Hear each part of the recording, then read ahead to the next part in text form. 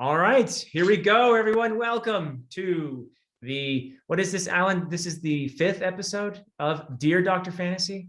I think so. Is it the 5th? Yes, it's the 5th. It's the 5th. It's the 5th episode. I should know this. It's the 5th episode of Dear Dr. Fantasy. I'm just so happy and thrilled to have here as my guest the most lovable, the absolutely, and the most memeable booktuber in history, I think, and also the booktuber with the most contagious enthusiasm, single-handedly responsible for a shortage on the market of a major fantasy series. It's Alan from the Library of Allenxandria. How are you, Alan? I'm as I said, I'm sick, but otherwise well. Yeah. Just worn down from end of the quarter, shenanigans. Yeah. I'm sorry to hear that, my friend. It is, it's a tough thing being a teacher sometimes. It's a lot of work. I actually admire you a lot, and anybody who teaches K through 12 has my utmost respect and admiration. It's a really huge. It requires a lot of dedication, I think, to do it well, for sure. That's true of any job, but I think it's even more true of our teachers. So you have my respect, and I don't know if that helps you feel any better. I mean, I have great kids this year. Not every year do I have like a group of really, really good kids, but I have an exceptional group of, not all of them, like the first years they're okay, but like I have a really good group of my second year Latin students who are just excellent. Oh, superb. Yeah, Latin was actually, I had a sort of thing happen in my junior year of high school where I was a pretty good student. I was a good student before that, but it was like this awakening in my brain of, wow, I love learning. And my AP history class was part of that, and my Latin class was part of that. And I think both of those are like down your alley, I think. So I have some kids who have told me something similar, because I teach Latin, but I also teach a class called Classical Studies, which is essentially Greek history. And so I teach Greek history from really the founding of the establishment of democracy in the 500s through Alexander the Great. So we just got to Philip of Macedon has taken over most of really all of northern and central Greece. My namesake, yeah. Yes, exactly. And they love that stuff. They love that stuff. That is so cool. Yeah, and just to see that light in the eyes of your students, and that just hunger for understanding and knowing where we come from and who we are, and just that makes it all worth it, I think, in spite of the getting colds and dealing with red tape and all the bureaucracy and everything else. That light in their eyes and with the students, that's where you get out of bed the next day and you think, okay, I can do this. Seriously, like seeing them treat these historical characters like characters in a fantasy novel, where when they die, they're like, no, and they just they make predictions and stuff, and it's just, I mean, it's good stuff. They really like that stuff, and so I that is why I like what I do, because they're just they're so interested in what, and we talk about a ton of stuff that is related to, politics hasn't changed in 2,000 years. Get out of here. It's the same thing. Yeah. One of the more interesting discussions we had was Philip spent his 3 years of his teenage years in Thebes that had a democratic council, and he loved things about the Southern Greeks, but he hated their democracy. He's like, you're going to let all these people sit here and everybody has an opinion? How do y'all get anything done? Like, no, monarchy is the way to go. Right. And so, talk about the benefits of monarchy. And then, it's fine. Like, when you get a benevolent monarch, you're good. You get an insane, evil monarch, doesn't go so well. Yeah, exactly. So we had a really good, we talked about that the whole class period. I got like one slide done that period, because we were talking about, the differences and the strengths and weaknesses of, representative government versus autocratic government. Yeah. And we still haven't really settled that, have we, as a Yeah. species? Mhm. Like, what is the best way to govern ourselves? And you still Exactly. have people in modern day times, even here in the United States, saying, I think I prefer a strong person at the, basically acting like the a dictator, and there are people who lean that way. And then, of course, I think I believe that democracy is the best we've done so far. So Mhm. it is Yeah. definitely not perfect, but Yeah.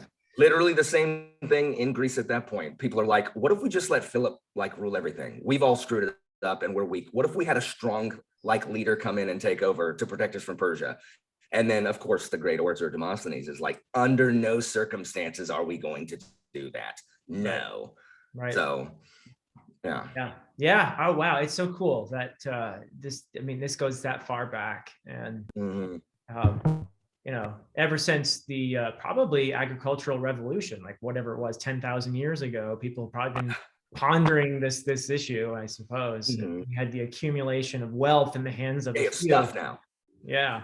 Mhm. So yeah, very cool. Well, and I love that you mentioned how your students see these historical figures in the same way that we read fantasy characters, and that's a wonderful observation, because I Yeah. do believe that what we read in our books, fiction, right, has a lot to teach us about life. These are Mhm. reflections of human experience. So I wonder if you could tell me a little bit about with this link in mind, because I feel like a couple of things that really drive you as a booktuber and as a person are your passion for education, particularly Mhm. history and language, but also obviously you're on BookTube and you talk about fantasy all the time. So what brought you to this? How did you we could go all the way back to Little Alan, if we Oh want to. gosh. Um, tell us your journey to becoming the extraordinary person you are today. I mean, oh, okay. So, as a kid, my fantasy journey started with my parents were divorced, and we would spend the summers with my mom, but she worked, and so she left us. She knew someone who also had two young children, and so my mom paid her to watch us because she's already, the lady was already watching her kids. So, and I was fourth grade, so nine question mark. So I was in fourth grade. My brother was 3 years younger, and that kid played the oldest one. There was one that was my brother's age and one that was older than me, and he played Dungeons and Dragons. And so Oh, he ran a game with us that really bears no real resemblance to what the game actually is. But I mean, he's like 11, and right. I played that and I was like, what the crap? This is so fun. Like we played it all summer. Like, this is so fun. And so he's the one that also told me about the Forgotten Realms Dritz books. Okay. And so I had my mom buy me those and some Dungeons and Dragons.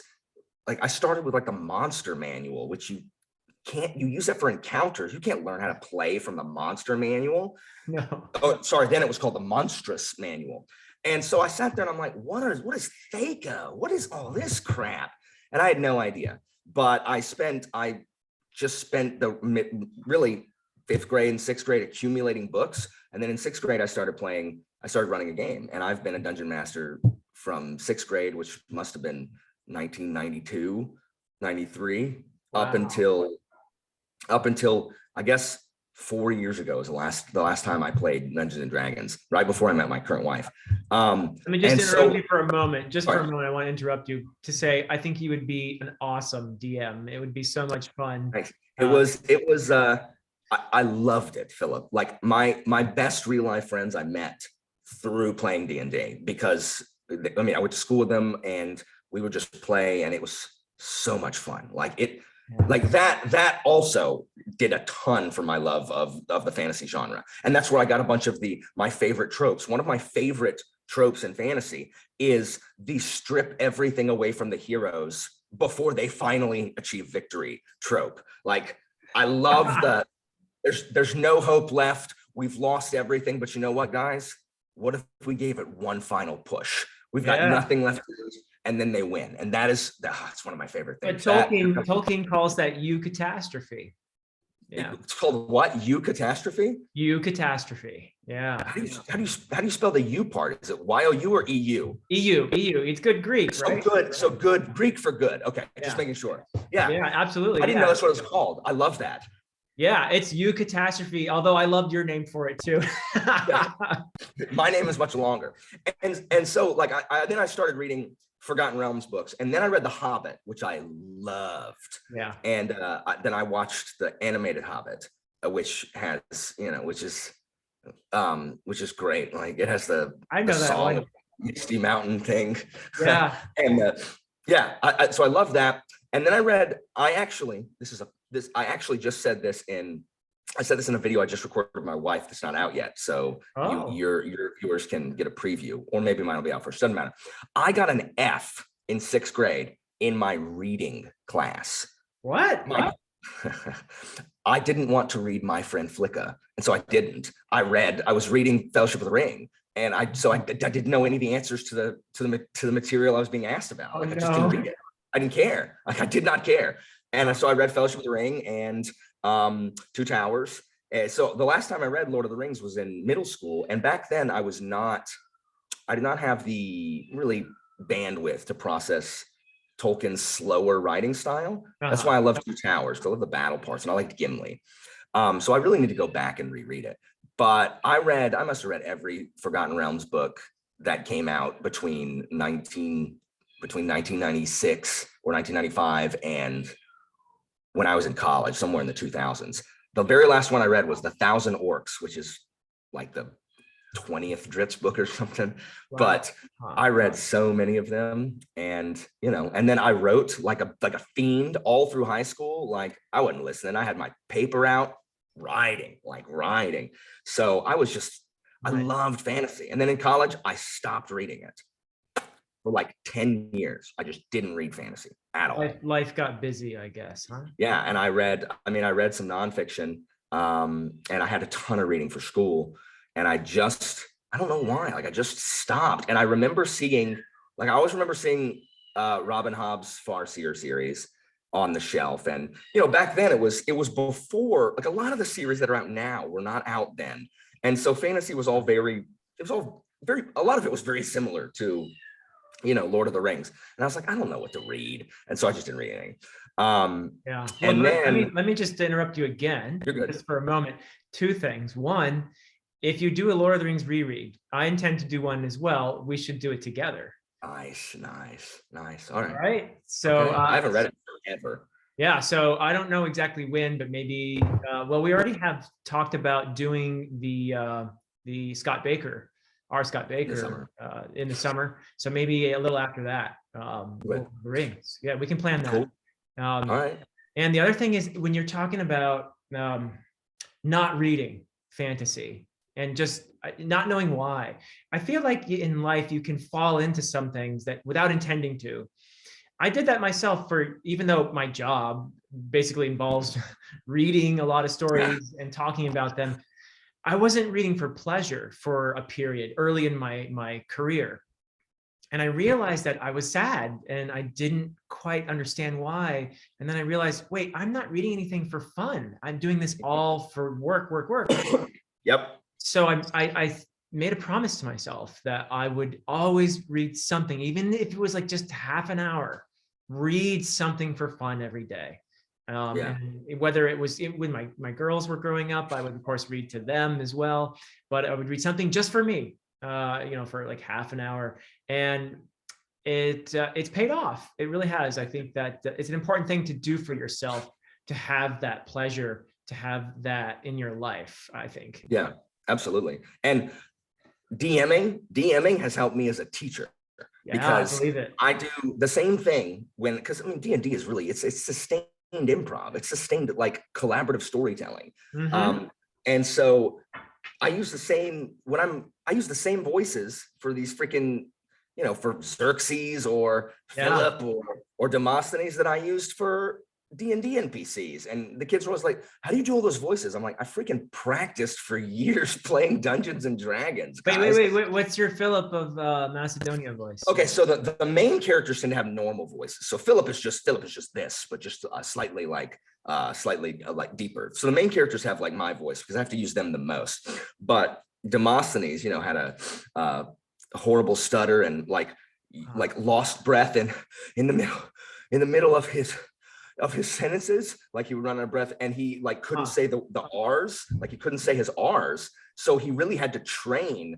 He built himself an underground room with a full-length mirror where he put pebbles in his mouth to practice pronunciation, and he would say his speeches running uphill, and he would shout above the waves down at the port to try to like break it. So he's just like, Peter Piper picked a pickle peppers. Peter Piper picked a pickle. But then he learned how to do it. And so he's just like, they're like, Philip will not. No, if it doesn't matter if Philip is dead, because if he was, you would just raise up a second Philip. And then as soon as like one of the guys is like, Demosthenes, hush, he like gets really flustered and then starts going, Papa, Peter Piper, like, like he's trying to hold it together. And when he gets really flustered, like the stutter and the speech impediment comes back. Right. And they love that. They feel so bad for Demosthenes. Wow. While he's also a war hawk. So they both like him as the underdog and also hate him because he's a war hawk. So interesting. It's just stuff like that. Yeah. And wow. It's ridiculous, Philip. Like my Thracian king is like an old good old boy who's worried about holding a gun show and a rodeo. And it came out of nowhere. They're just like, Mr. Walker, what are you saying? half of them can understand it because they have relatives who talk like that. And then the half that don't have no idea what Curse of Bleptes is saying. Not anything. Like, what? I'm like, I heard rodeo. I'm like, that's all you need to hear. I can safely speak for everyone in saying that I'm jealous of your students because I imagine you being one of the most fun teachers ever. So, that's I like doing bits. Like I like doing bits when lecturing on history. It makes the kids find it memorable. Yeah, absolutely. And fun, absolutely fun too. And that's a gift. If you can make learning fun, where it doesn't even feel like you're learning, you're just having fun.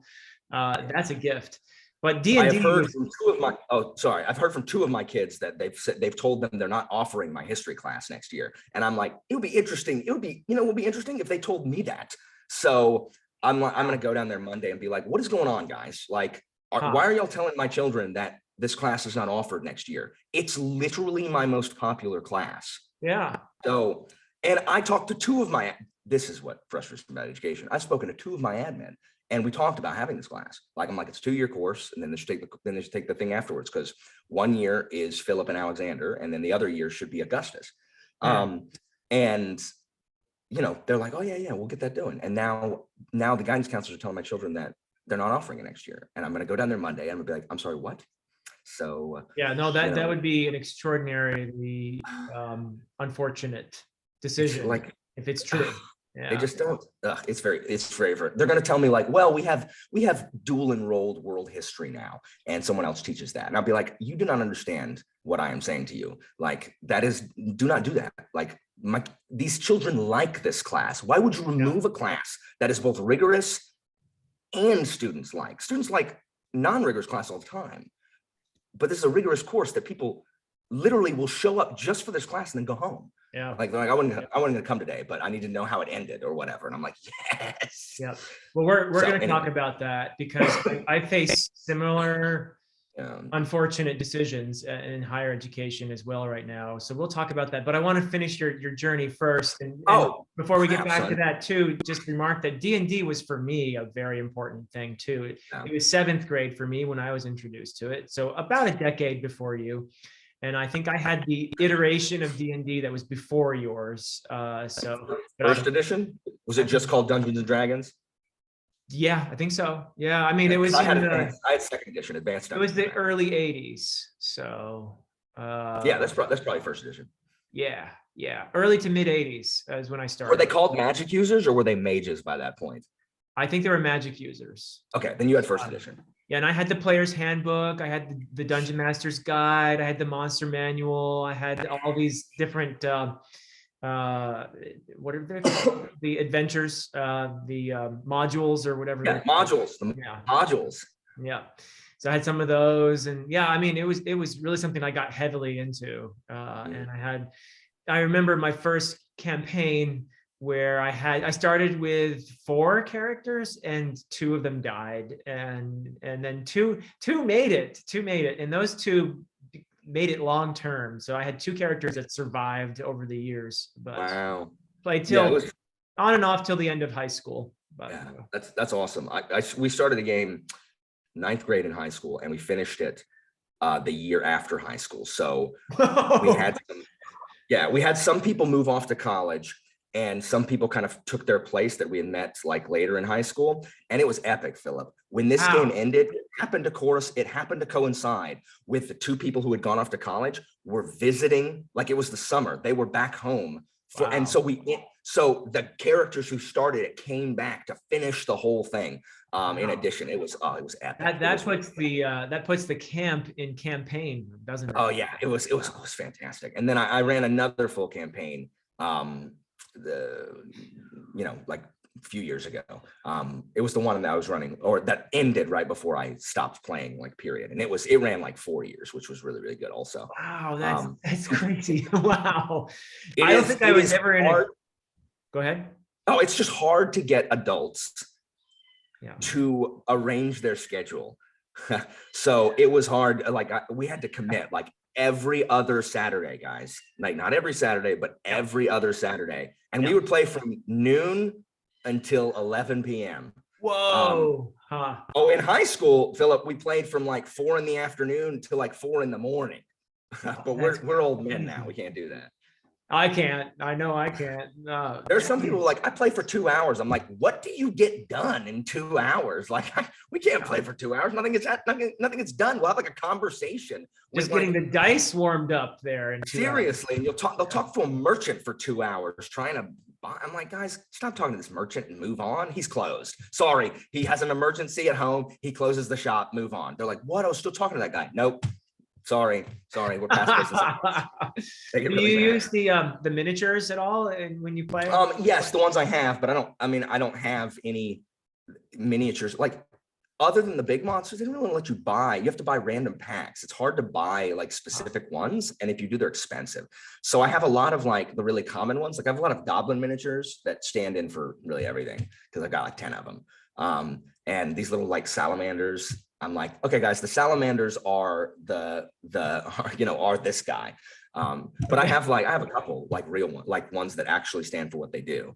But most of them, I'm just like, whatever, guys. I don't love the grid. That's why I didn't like 4th edition, because it was very, very, very grid based. Yeah. I prefer here's a general idea of, I'll just draw a crude map. Here you go, guys. Here's a crude map of the surroundings. Am I close enough? Sure, you can hit them. Or nope, they're too far away. Rather than like, I don't like min-maxing numbers. It tends to suck the fun out of it for me. I'd much rather it be about the story that we're telling than, oh, I'm doing so much damage. Yes. I'm like, guys, you're not making it fun for anybody because you kill everything and everyone else is trying to play like a more tempered character. And anyway, I don't really play with people like that, because at the beginning I'm like, hey, you don't start with 320s. I'm sorry, you don't. Like your lowest score is a 15. No, it's not. Like throw in 2 7s up in there, and not in dump stats. So let me ask you this, while we're on this topic, do you think that any of these 4 or 5 year or whatever year these multi-year campaigns that you've been part of, and you were DMing, I am assuming, for these? Yeah. So I only played that summer. That's the only time I've ever played, was when I was introduced to the game. I've never played otherwise. Otherwise, you're the DM, which it would be awesome. So do you think that you could take those campaigns and turn them into a book, write a book based on those campaigns? So Philip, I was like you. I was writing a book since high school, and I wrote like 400 pages, like written out, like loose leaf papers. Wow. And then I scrapped it because that's when I was like maturing as a writer. I'm like, okay, this reads like those younger books that I used to read when I was younger. I'm like, this is not really like a kind of, just developed my craft better. And so I scrapped it and I started over, and I wrote something like 400 pages again. And I was like, where am I going with this? And I scrapped it and I started over, and I have like 50 pages, and I haven't written on that thing in more than 5 years. Okay. And that was for a game I ran online. There was a website called McCrae's Keep that was essentially an online D&D website that you could run games with people from all over the world, and you just typed out everything that happened. I would type something out, send it to them. They would type out their response. And then there was a die rolling mechanic in the thing. It was really early online gaming. So that story was about that. The thing I'm writing currently takes elements from those games that I ran. Yeah, there's a consistent element through the games that I've run that is in the current thing that I'm trying to write. But writing is so hard, Philip. I know. I know. And I wish I was young. Like when I was young, I didn't care. I just wrote. Now I'm so paranoid about what I'm writing not sucking that I just stare like, so. But I tell you what, if you don't just, you have to be unafraid of sucking, that's how it is with writing. You have to just do it. And yes, it's going to suck. That's why you do revision. That's what editing is for. So that's the hardest stage, I think, is just getting the thing out in the first place. And then you go back and you mold it, and you play with it, and you make it better, and you show it to people. And the other thing I panic about is world building stuff. I'm like, this is too much. And I get overwhelmed. I'm like, this is too much to think about. Like planning, like thinking about all these things, I just get overwhelmed. And then I'm like, you know what if I just did something that didn't overwhelm me instead? And that's what I do. Well, so, I definitely relate. I mean, I waited a long time to start writing because I had the idea that I had to know a dozen languages and be well-versed in medieval history and know all this stuff. And then I could be, because, Tolkien was sort of my like role model or whatever. And so I believe to be a great fantasy writer, you have to do, know all these languages, and you have to, do all this world building. And the one thing I didn't do was learn how to write modern fantasy. So I needed to do that. Actually, I started writing, and I kind of realized that, oh wait, this is probably going to be boring for most people. So I need to make this actually modern fantasy. So I had to learn after all that, which, by the way, I think is actually not that essential. It's more important to start with, how do I write modern fantasy, and learn about storytelling, and read books about storytelling, and all how do you write characters, how do you do world building, all this stuff.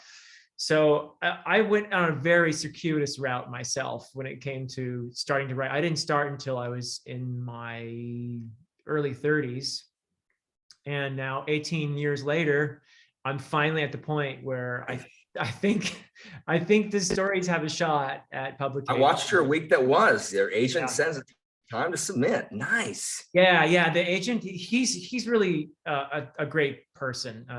Was one of the key moments in this writing journey for me was when he came on board, and then I felt like, okay, this is real now. I've got a literary agent at a big New York City literary agency who's got a lot of big books under his belt.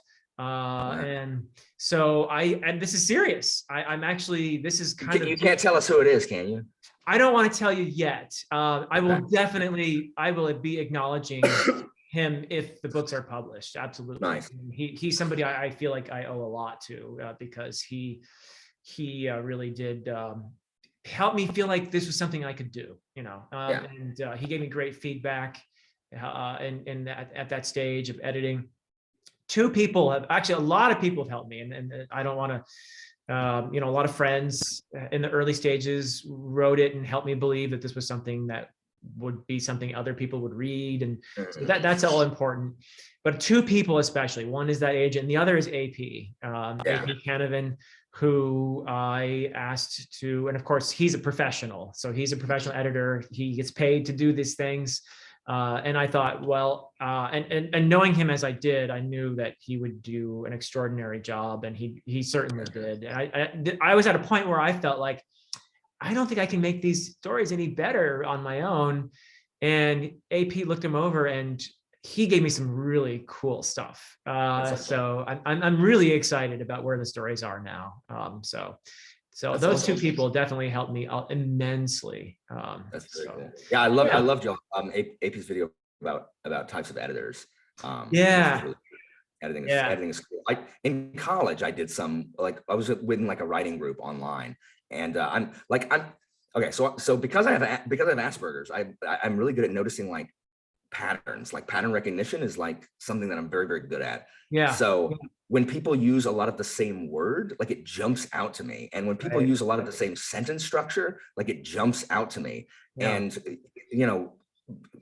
wrong punctuation and thing, I'm just like I'll sit there and I'll read a sentence. I'm like, what is wrong with that sentence? And then I'll go back and look at it. I'm like, oh, I see. Okay. I literally just read a sentence that is almost exactly like that 4 pages ago. And I'll flip back and I'll be like, hey, why did you say the same thing in the same way like 4 pages later? And so, I did some of that. I liked it because, sometimes I read that in, published books, and I'm like, why are you using the term latifundia so much? That's not a common enough word for you to use. Seriously, why did an editor not say, stop using latifundia? Stop. It's not common enough word. Seriously, it's in Red Rising, like Pierce Brown is just like, oh, is that right? Oh, you're not making that up. Okay. No, no, literally in like the 5th book, I'm just like, Pierce Brown, why do you keep using latifundia? Like, I know what it means, and you're using it in its appropriate context, but no one uses that word that often. It's not one that I slip into everyday conversation. Seriously. Oh man. So you kind of think about sometimes editing as well. I mean, I do, like, yeah. I mean, you have to, you got to get certified so people know that. Like, I'm considering taking some classes to be like, hey, yeah, it gives me a thing that says, hey, you should ask me to do this for you. I'll do it for you. Because that kind of stuff, like the copy editing stuff, like stuff on the things like I just said. I bet you would be fantastic at it. I appreciate that. I mean, the things, I like words, Philip. I love language, and I studied. I took five years of Latin in high school, and went to the AP test, to the ACE test. I went to 4 state competitions, 4 national competitions. I loved Latin. I loved it. But then no college I went to had Latin. I was in school for 8 years for a bachelor's degree. I really liked school, but no school I went to offered Latin. So I took Italian for a semester. Okay. And then I left that school, and then I went to a school in Connecticut for a year, and I took Japanese there. And so when I left there and ended up back in Pensacola, I continued Japanese. So I took five years of Japanese. Very cool. In school, and I took and so I went and studied in Japan. That was my minors in Japanese, because I love Japanese history and culture also. Yeah. And I also took like a semester of German, and I had a private tutor in Mandarin for a semester. Cool. Just because like language is it's just really, and I can't speak any of those. I know some words and some phrases. I'm best at Japanese and Latin, but I just really like language and the similarities of like when we're in Latin class, and I'm talking about like, we'll get a word, and I'll be like, guys, what do you think? Like, look at this word. Like, obviously the English word comes from this word, obviously. And if it doesn't, I'm always like, someone look up the German word for this. I bet you if it didn't come, if this English word doesn't come from Latin, I promise you, I bet it comes from German, and they'll look it up. And it's like Brot was, Brot, bread. Because I'm like, because we learned panis. And they learn panis, and it's like, well, how do we get bread from that? I'm like, German. I'm like, it's German, guys. Right. But then they'll look up the German word, and it looks like the Latin word. And I'm like, guys, remember the Romans were on the frontier of Germany. Yeah. So the Romans were in Germany. So even Latin has influenced German. Absolutely. And of course, they're all derived from Indo-European. Yeah. So there is that as well. But the cognates there get really harder to spot unless you know the patterns of linguistic change that have happened over the centuries and how, say, Proto-Germanic differs from Latin.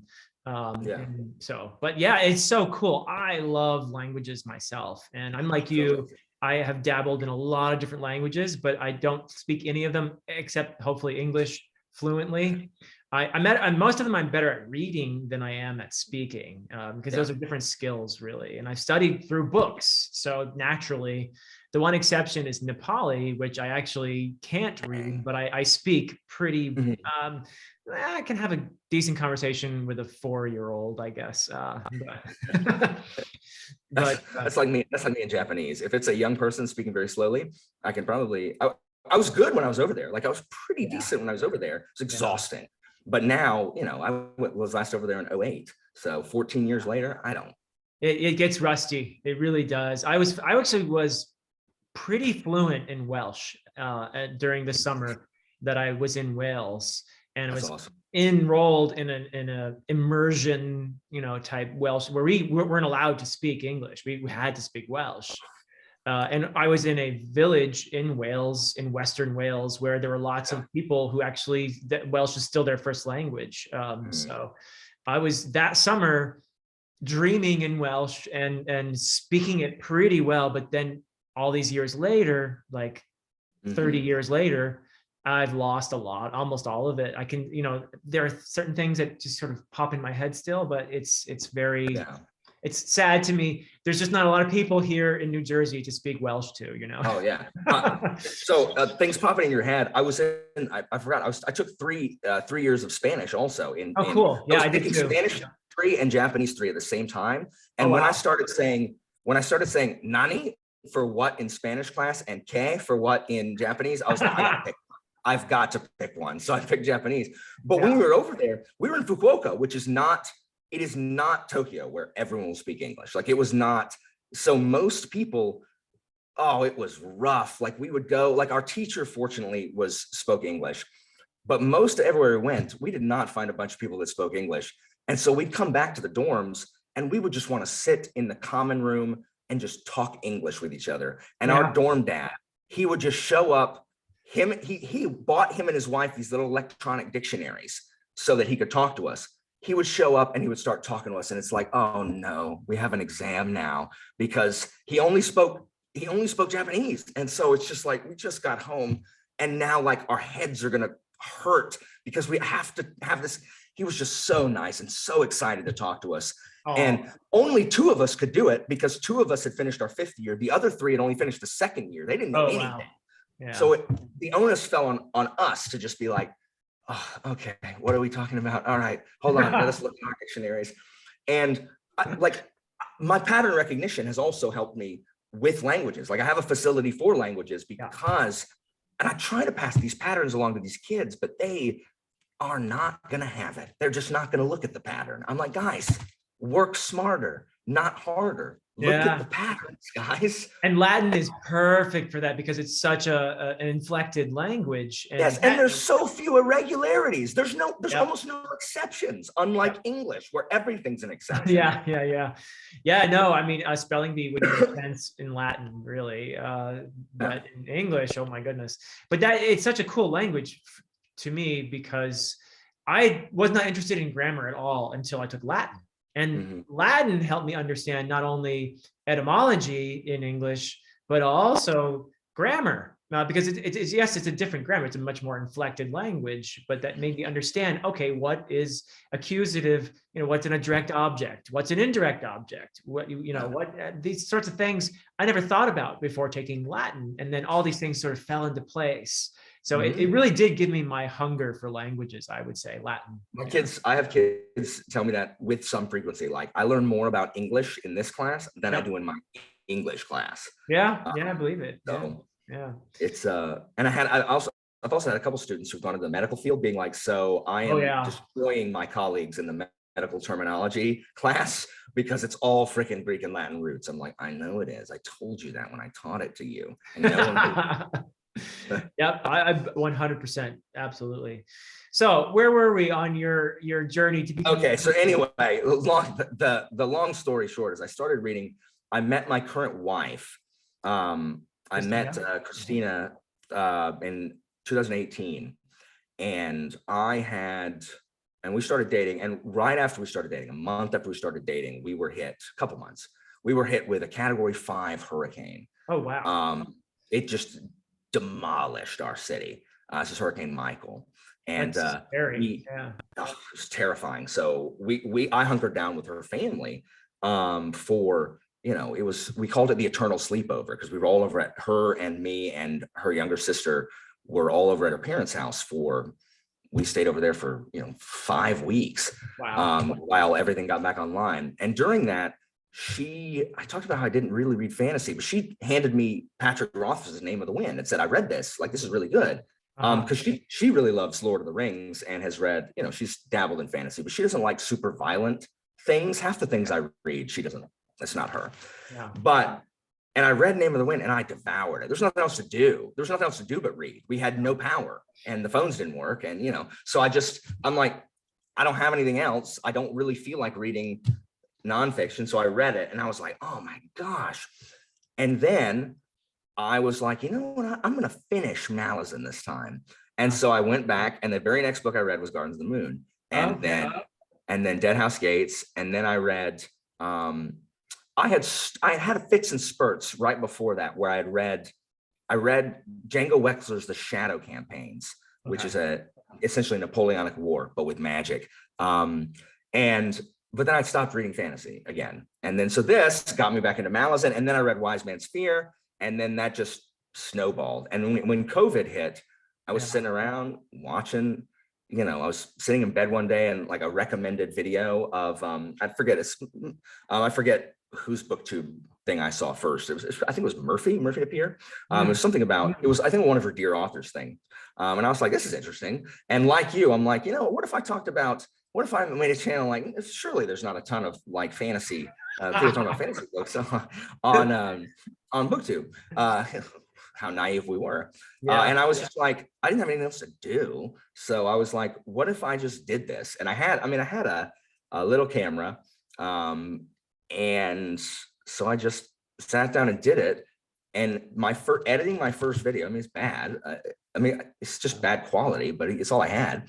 But editing my first video it was on a laptop. I just bought a new laptop, but it was not a laptop that is meant for video processing. Like literally, my wife was like, why didn't you discover this hobby 2 weeks before? Because I ended up having to get a rig that would do it, because it would take 8 hours to export, a 30-minute vid. Oh my goodness. Wow. Yeah. But I had no idea how to video edit. And so I learned it took me something like between 10 and 12 hours to edit my very first video, because I had no idea what I was doing. And wow. Wait, what did you use for editing? I used DaVinci to start with because it was free. So I used DaVinci, and then DaVinci didn't do something I needed it to do. And so when I got the new computer, I switched over from DaVinci because I think it was what I did is I switched from DaVinci because before I could get my editing rig, it was too heavy on the graphics card. So I switched to like Filmora, which didn't use the GPU as much. And so it was also simpler. There was something that I was having trouble doing in DaVinci. And so now I use Filmora, which is fine. But it has problems that fill me with rage sometimes. And so over the summer, I think I'm going to finally bite the bullet and learn Adobe Premiere. I don't like paying Adobe's exorbitant fees. And I don't want to learn something new because it just takes so long. But I think it's time. I'm about to enter my 3rd year. In May, it'll be 2 years. So wow. You started not long after me. So that was how it began. And then Kieran from KD Books, a Welsh guy, was the very first person to comment on my my BookTube movie video, very first person to comment on a video. And I love Kieran. And then Jessie, I got my first shout out from Jessie May because I'd been talking to her in her comments. And then Oh, she says that she lived in Japan. And so I messaged her on Instagram. I was like, Jesse, like, oh my gosh, like, let's talk Japanese. And so we, bounced back and forth with some Japanese stuff. And then I entered the Shelf Space Discord, and I had no idea how to use Discord. I was like, what? Now I go back and I'm like, I can do everything in Discord. Are you kidding? Like, how do you have your own Discord? Yeah. I know. And she was the first one to shout me out. I just talked a bunch in that Discord, and she shouted me out. I had 120 subs, and I went overnight to like 380.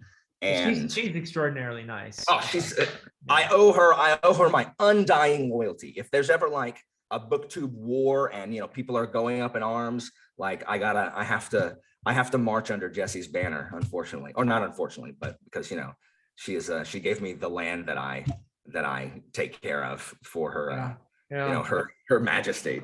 So, and then it just spiraled out from there. I just started meeting more people, and then like after 6 months, I was just like, I hit like 1,000. Like after I hit like 1,000, I was like, you know what? Like, what if I made my own Discord? And I asked, like, now everyone has a Discord, but back then it wasn't like that. I was like, Jesse, like, would this trip you up at all? Like, I'm not trying to like steal any of your thunder. Like, would it be okay if I like made my own Discord? She's like, you don't have to ask me. Like, go make your own Discord. I'm like, okay.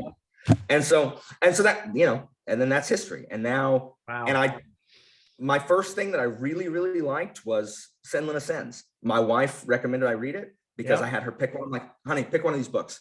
And she's like, that one looks interesting.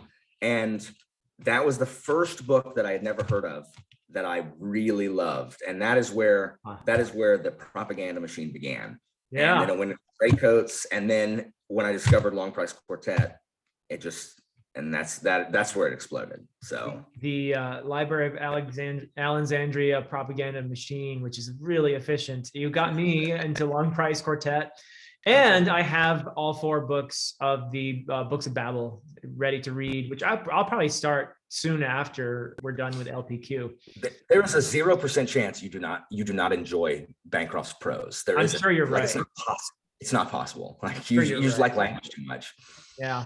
So, wow. I wanted to ask you a couple things too, from what we were just talking about. I'm going to refill my coffee real quick while you. Okay, cool. So yeah, go for it. Refill your coffee, and I'll keep blabbing here for a moment. And let's see.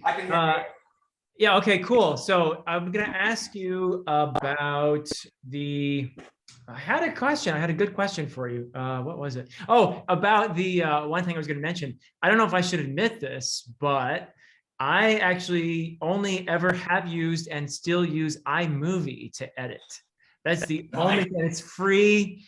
Yeah, I mean, I don't do a ton of editing anyway, because I try to do most of my videos these days in one take. I prefer just to do that, and just I started, my very first video has 1 million jump cuts in it.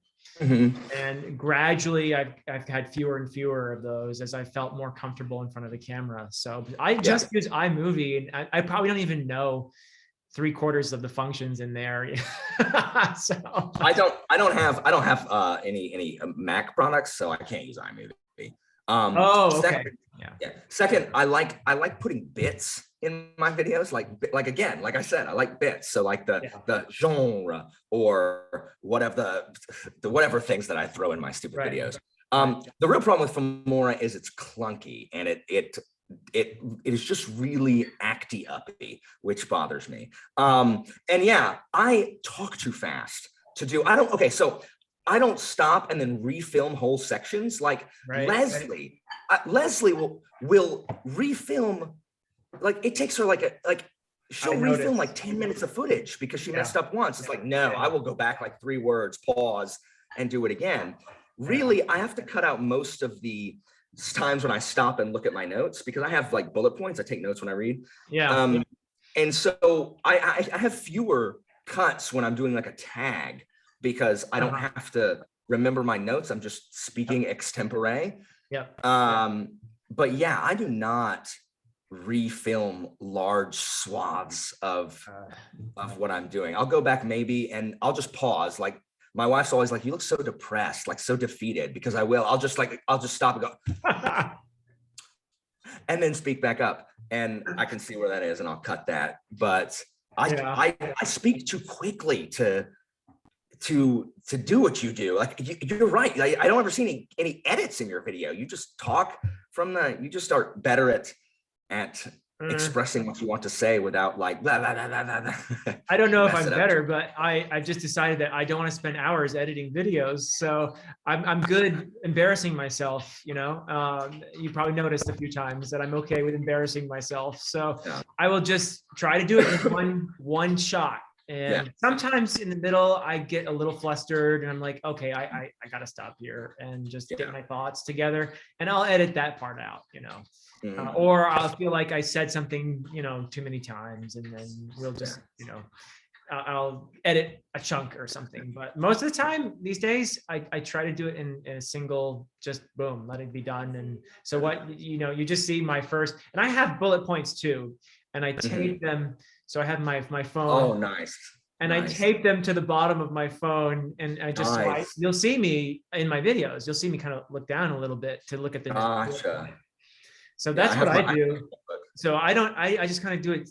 I guess I hope it's seamless, but or I just keep going. You know, I'll look at the bullet point and I'll talk while I'm looking at it, and that's how I do it. But the other thing I wanted to ask you about, you mentioned King Killer.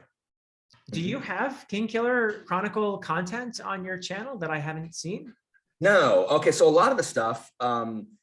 This is, I think we're about to read Shadow Campaigns actually again as a read along on my channel, because I had them vote and it won. Which, because I read all this before I started BookTube. Same thing with Name of the Wind and Wise Man's Fears. So no, anything I read before I began BookTube, other than Gardens of the Moon, Dead House Gates, and Memories of Ice. Yeah, those are the only things. And Black Company. No, because I reread Black Company while I was on BookTube. No, so it's just those three. Just the three Malazan books are the only books that I have on there that is stuff I read pre being on BookTube. Other than that, I've just gone with the stuff that I'm reading here.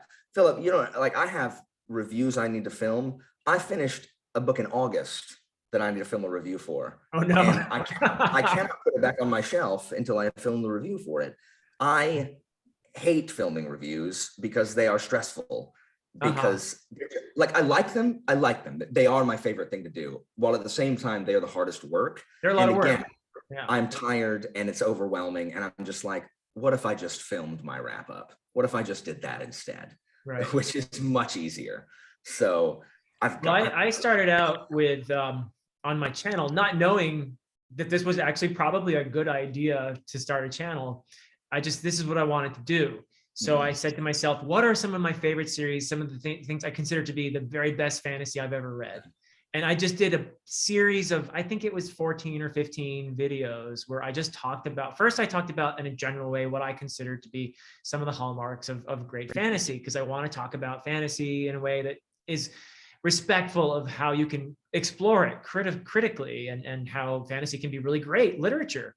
So I did that first. And then I had this list of books that I wanted to talk about. And I hadn't read them necessarily recently, but I just said, these are the books that I think. I made these little like 10-minute videos on each of these series. One was Malazan, and another was King Killer. I talked about actually with one of my former students who was in my fantasy novels class. And he read King Killer in my class, or Name of the Wind in my class the first time. And he absolutely fell in love with it. A lot of students. I love Name of the Wind. I love Name of the Wind. It was a big hit in my fantasy novels class. I can say that. And Rothfuss does some things really extraordinarily well. His character work, at least on the central character on Kvothe, is outstanding. And if you like Kvothe, I think you enjoy the books. If you don't like Kvothe, then you might not enjoy those two books. But I think he does some really extraordinary things. I love that he writes about music in there. Yeah. That's why my wife read it, and why she recommended it. She loves the way, because you know, Christina's a piano teacher.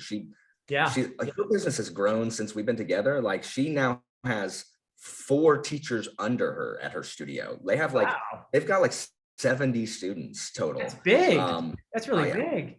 That's where she is right now. Actually, they're having their competitions called Student Day today. So she's been super stressed because she's having to set all this up. She's the coordinator of that. So that's where she is. She's organizing that. But yeah, she loves the descriptions of music. That's why she recommended it to me and why she liked it so much. Yeah, it's beautiful. And there's a scene where that brought me to tears in there, where Quoth plays his music. And Is that at the Aeolian, that yes, scene? at the Aeolian. And when the, well, I shouldn't say, no spoilers here, but it's a gorgeous scene, and what he does there, and the reaction of the audience, that's what Rothfuss does well, because it's impossible actually to really describe music in words.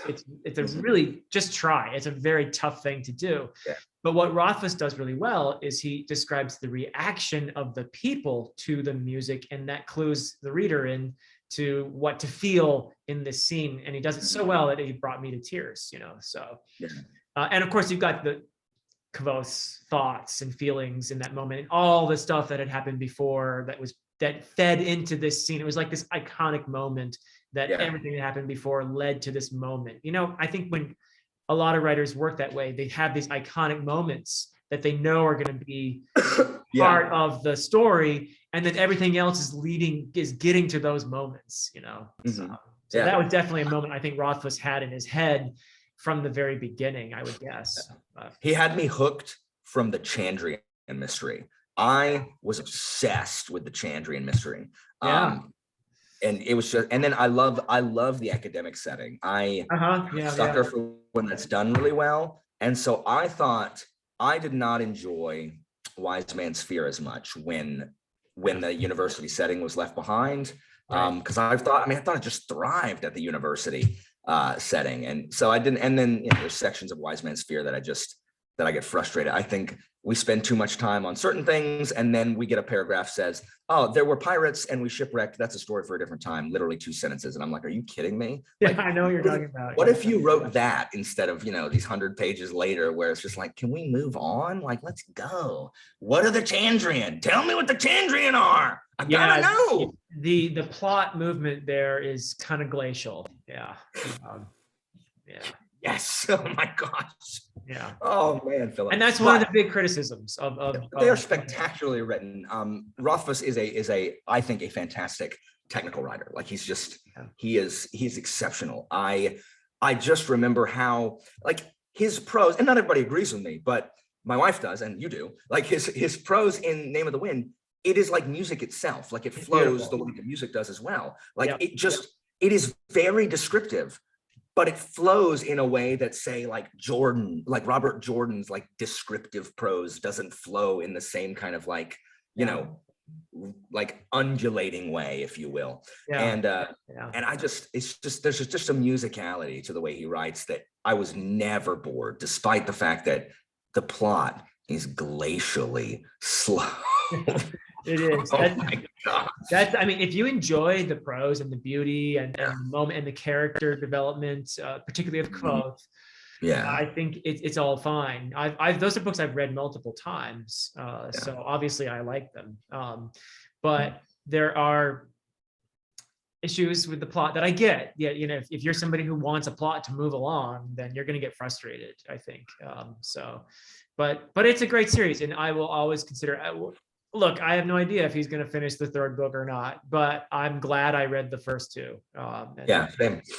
If the 3rd one ever comes out, I'll reread the first 2. I will too. I will reread the first 2 again. Although I know those stories really well. If you teach a book, you know it pretty well. 100%. Like my students are like, Ms. Walker, do you have any tips for like learning, learning this stuff, studying this stuff? I'm like, yeah, teach it to somebody. Go over it. How do I learn my vocab? You repeat it every day. How do I learned it? Like they're like, you're the teacher. I'm like, I wasn't born knowing the vocabulary. I got it. I repeated it until I knew it. And when I teach it to you guys, I teach it I have to repeat it multiple times a day.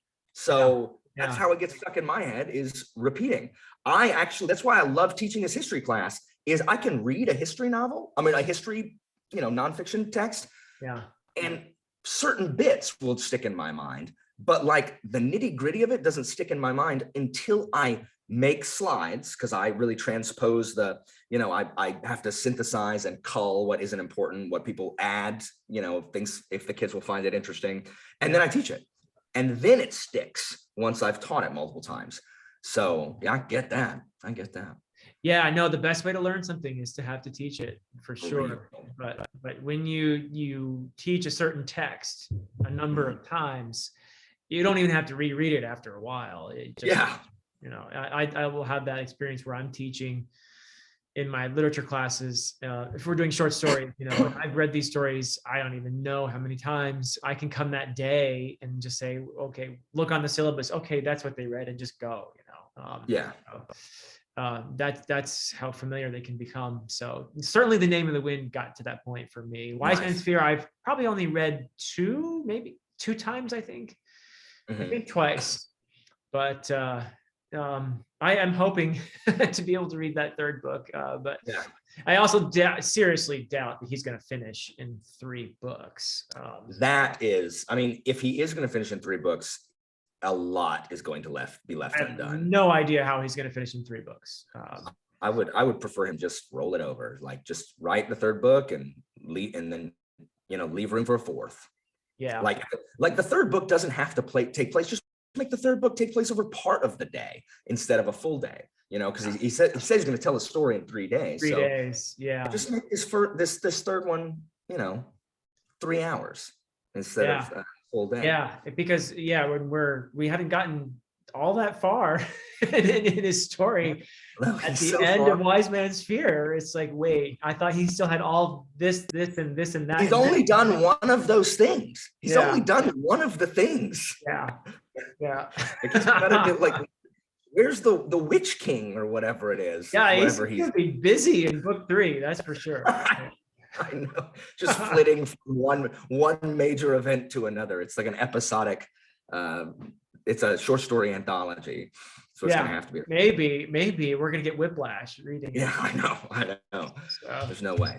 We'll see. Yeah, we'll see. But that would be awesome. Of course, the other one that everyone always complains about is George R.R. Martin, and so those I've read a bunch. I've read those books a bunch. Same here. Yeah. I taught a Game of Thrones, the first book, in my class. What a cool class, Philip. Yeah. It's a cool class. It's a cool class. Unfortunately, it doesn't run anymore, which is super ironic because I started this channel as a supplement to my fantasy novels class because I could see with the decisions being made, this is going back to what you were talking about with your history class, with the decisions being made at the state level and even at the administrative level at our college, I could see the writing on the wall.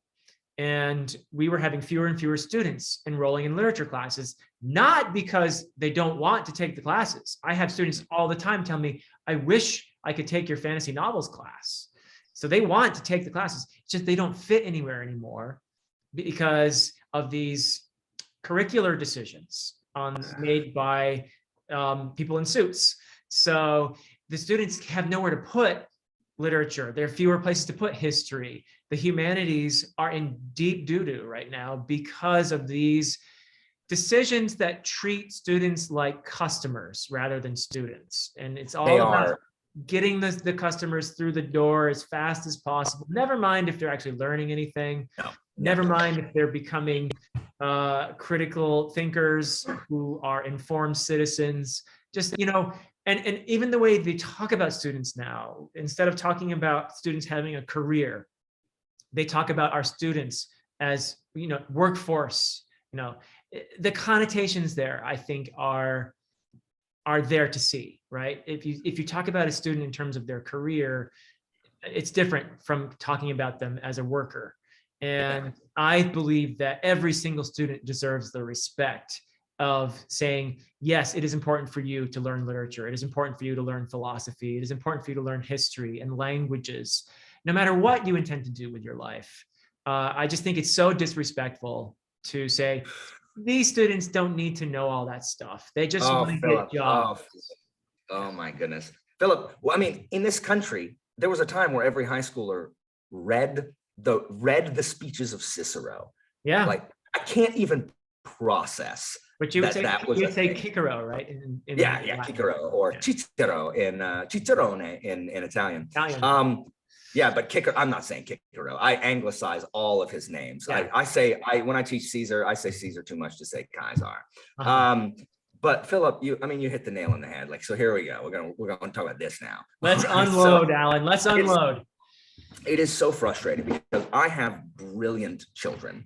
First of all, what you said now is I literally this year have had people say, one, I want to take classical studies because they hear that it is super fun, and it is, or I want to take advanced Latin, but I can't take advanced Latin because it's only a 4.5 course and I have to take 5.0 courses. So they can't take the classes they want to take because there's this colleges have imposed such stringent GPA requirements on these kids. So these kids have to take these high level 5.0, whoever decides what's a 5.0 and what isn't, you know what I mean? Like my Latin class, it should be an honors class, but the state does not view it as such. So, you know, it's 4.0, no matter what the rigor or the material is. And because they have to be like all of the other thousands of carbon copy 5.0 taking classes they don't care about, they're not going to study, they don't want to, you know, that's not anything they want to do. They have to take all this stuff. Yeah. And I'm not saying that kids shouldn't be required to take things that they don't think they're going to use. They should, right. But these children have to take only this set of high level courses because of their GPA, not because of their educational value, because of the GPA weighting. So this happens all the time. And you know, kids take my class because the state requires it for, you have to have 2 years of foreign language to get your, the scholarship for the Florida Bright Future Scholarship. Yeah. And so I end up with a bunch of those kids. But then I have these me and the engineering teacher, who is really my best friend at school. He teaches right next door to me. Ever since I taught there, I've been next door to him. We share a ton of kids because the kids that want to take Latin are really the kids who, you know, are these really high performing, they're going to be engineering, their STEM field, whatever. But every now and then I get a set of kids who are not STEM. They are interested in history, they are interested in classics or philosophy or English, and they love my class. Yep. And the government, the national government, and then the state government, and then the local government, all tell them that they are not as valuable as the kids who are taking engineering. That's right. Their life and their desires and what they are good at, what they excel at, that is secondary. They are second class students to the STEM field, because we have told them as a culture that what they are good at does not provide a service. It does no good. It doesn't make those dollar signs, because we gotta bring our offerings to the almighty dollar. Like that's right. We are dollar signs. That is our value is how much money we are making, either for ourselves or for someone else. That's right. And that is tragic, because teenagers already feel bad about themselves without any help. Like teenagers they're just so sad inside a lot of the times. Yeah. And then we have their country essentially saying that, hey, what you're good at, nobody cares. Get a real job. Yep. And that is so tragic.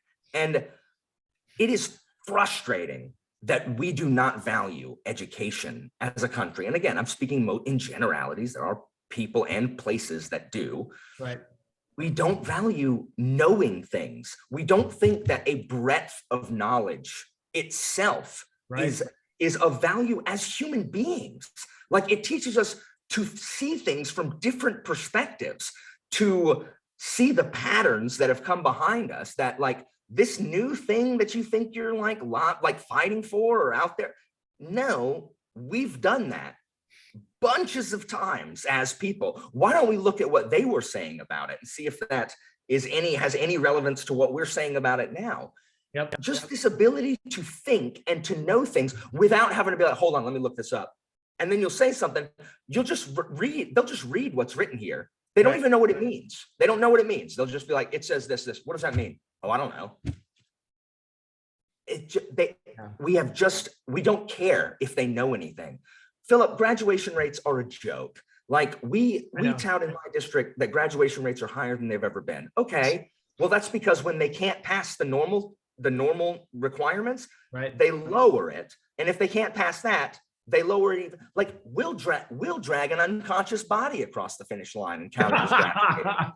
And Philip, there are people who are seniors in high school who cannot read, Philip. No, I know, because a lot of them come to college afterwards, and we're like, we have to in a semester make up for 14 years of not knowing how to read. How are we benefiting these children? We are not doing them any services by moving them onto the real world without having these basic skills that people need to exist. Yeah. The anti-education, and teachers, we're the enemy, of course. Like it's always our fault. Yeah. And I understand there are terrible teachers. Oh, yeah. And there needs to be accountability for teachers. Just now, Philip, at my school, I have teachers who sell crap from their refrigerator, which you're not allowed to do. They sell stuff that they sell food and drinks to kids, which you're not allowed to do. There have been teachers at my school who sell grades. There's a guy at my school right now who runs a freaking solar panel business. He'll take calls in the middle of class, go out and deal with his second, and he says, like, guys, teaching's a side gig. This is the calculus teacher, Philip. This is the calc teacher. Wow. Because no one wants to teach. That is why we have people like this. Either no one wants to teach, or teaching involves so much crap that people are just like, you know what, I'm not going to do it. Like, so I have kids being like, yeah, all we've done all year is watch Netflix documentaries. That's all we've done in my class. I'm like, and every time I'm like, are you freaking kidding me? And they're like, yeah. And I'm angry, but at the same time, I understand. Like, why break your back? Like, those people make the same amount of money as I do. Like, what's the point?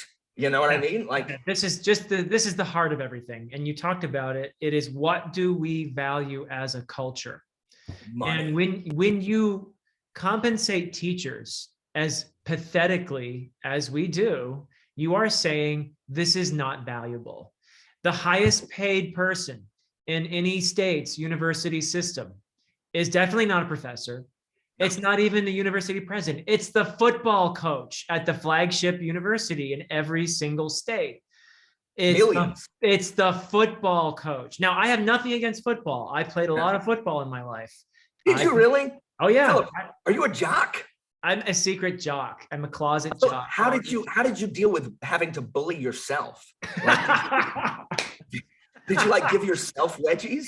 Like, how did you live that double life? It's really tricky, but how do you live that double life? Yeah, no, I mean, I guess, I mean, I was always pretty athletic, but and I still play tennis, I'm still a tennis player. But my point is, what do we value as a culture? Now, again, I have nothing against football, but I don't think that football is more important than being a well-informed citizen who can think critically. I really don't. I'm sorry. I don't think football is that important. I have nothing against it, but it is not the thing that we should be focusing on.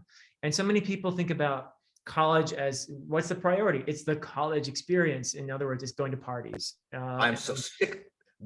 Philip, I have a whole rant in my class about the capital CE college experience for the same thing. I'm like, guys, that's a myth that people have made up. Like, you do not have to go to college just for that reason. If you are not ready to go to university, you should not go to university. Oh, yeah, because that's right. every we're not carbon copies. You don't have to know what you want to do for the rest of your life at age 18. You don't. Right. That's right. Yep. I didn't know what I wanted to do at age 18. I was a liberal arts major. And so, my degree is in political science. International politics with a minor in Japanese. Yeah. I started my career at 30. So 10 years ago. So did I, Alan. I didn't get my first full-time job as an English professor until I was 30. And of course, I had to do the PhD and all that. So, but yeah, no, it was, it's about, what do we value? What's important to us as a culture? And I don't think we are doing a great job. If you compare us to, I like to mention Finland as a place where the priorities are right. And you have an extraordinarily vibrant education system over there. And their students, by the way, in any performance tests, just in terms of knowledge and ability, they are just way light years ahead of our students. Not because our students are unintelligent, it's because our system is not geared toward education. It isn't. What they understand over in Finland is that education is valuable. And so they get the best and the brightest. You have to be really good and dedicated to be a teacher over there. And they compensate you really well. Teachers are paid well. Here, our best and brightest don't tend to gravitate all the time toward education because it's not only does it, I think the pay thing is a factor, but I also think that we are constantly we are absolutely hobbled by the weight of bureaucratic nonsense that is just in the way constantly. We are dealing with all kinds of red tape. We are dealing with people who make a career out of, I don't want to be too cynical about this because there are good administrators. There are people in administrations who are dedicated educators, and they are absolutely wonderful people. But that said, I think that we are administrative heavy. And there's a lot of, maybe there's even good intentions behind all this, but we do a lot of testing that is just useless. The SAT is an abomination, in my opinion. Philip, I just had to give up an entire day of instruction on Wednesday because I had to proctor a school-wide SAT. I had to administer the SAT. When I was in school, you paid for it and you did it on Saturday. Yep. Instead, I had to miss an entire day of me trying to teach my children to give the SAT to a bunch of juniors who did not care. Half of them put their heads down the second we started because they're not my kids. I mean, they're not kids that I teach. It's done by last name. So it's my homeroom class. Like I don't know 95% of the children in there, but that's what I had to do during school hours. Yeah. And we have a situation now where these kids are bombarded with these idiotic standardized tests that tell you nothing about their ability to succeed and learn. They're bombarded with them. And I don't think it's conducive to actual education. I've talked about it before, the whole problem with grades and bulimic learning and all of this. And I think we have a system that we've built for the convenience of administrators and to some degree parents, because you can read that grade and say, okay, Bobby has a B, all right, good enough. Or does that tell you anything about what Bobby's learning? No, it doesn't tell you a thing. And the fact of the matter is, it's not the student's fault that they come and ask me, how do I get an A in this class? Because that is how they're told they succeed. The problem with that is they're not learning, they're getting an A. There's a big difference. There's a big difference. Philip, oh my gosh. So yes, 100%. First of all, that I hate the term stakeholders when it comes to education. Like, what do you mean stakeholders? What it means is business people, the community, parents. It's like, what about the students and the teachers? Because we're theoretically stakeholders. They don't listen to a word that we say. No, they don't. They don't listen to us. It's true. Get out of here. So yeah, oh my gosh. First of all, we have a bunch of standardized testing in Florida. It's like our current governor has axed it after this year and is going to replace it with something else. We'll see if the cure is worse than the disease. But the previous thing is because it is a completely unrelated coincidence that our former governor's wife is actually on the board of Pearson, the testing company from which we buy all the materials. Lord, are you serious? 100% serious, because it's a freaking joke, Philip. Like, it's an absolute joke. Second, Florida has one of the largest economies in the world. We have a bigger economy than most countries. Florida's education system should be the envy of the developed world. And we're somewhere like 42 out of 51. That's pathetic, absolutely pathetic. But so it's not just the pay. It's also like, I don't mind what I'm paid, right, if I just work the hours that I'm required to work and don't have to do all of this other stuff. that makes me stay up at school till 7:30 or bring all my work home all the time. I know plenty of people who bring their work home all the time. They make 4 times what I make. Yeah. You know what I mean? Yeah.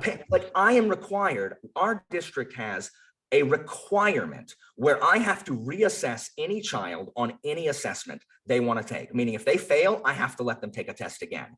So what most teachers do is they're like, fine, you can retake it. And they just hand them the exact same test the kid failed. And the kid passes it, of course, because now he's seen the test and knows exactly what's on it. I will not do it, Philip. They will bury me before I give that child that easy way out. I'm not going to do it. And so instead, I am forced to write all of these new assessments after I've already written the assessment the first bloody time. Right. And the purpose of this is that sometimes it's, and that's what I have to tell them, like, guys, you guys know, reassessments are a second chance for you to show that you understand the material. It is not about you getting a better grade. There is a difference between those two things. So what they do is they don't ever study for the reassessments. Reassessments are always worse than the first time around because they do exactly what they did for the first one. They wait till right before and they cram for it. And they can't do it because my tests are cram proof.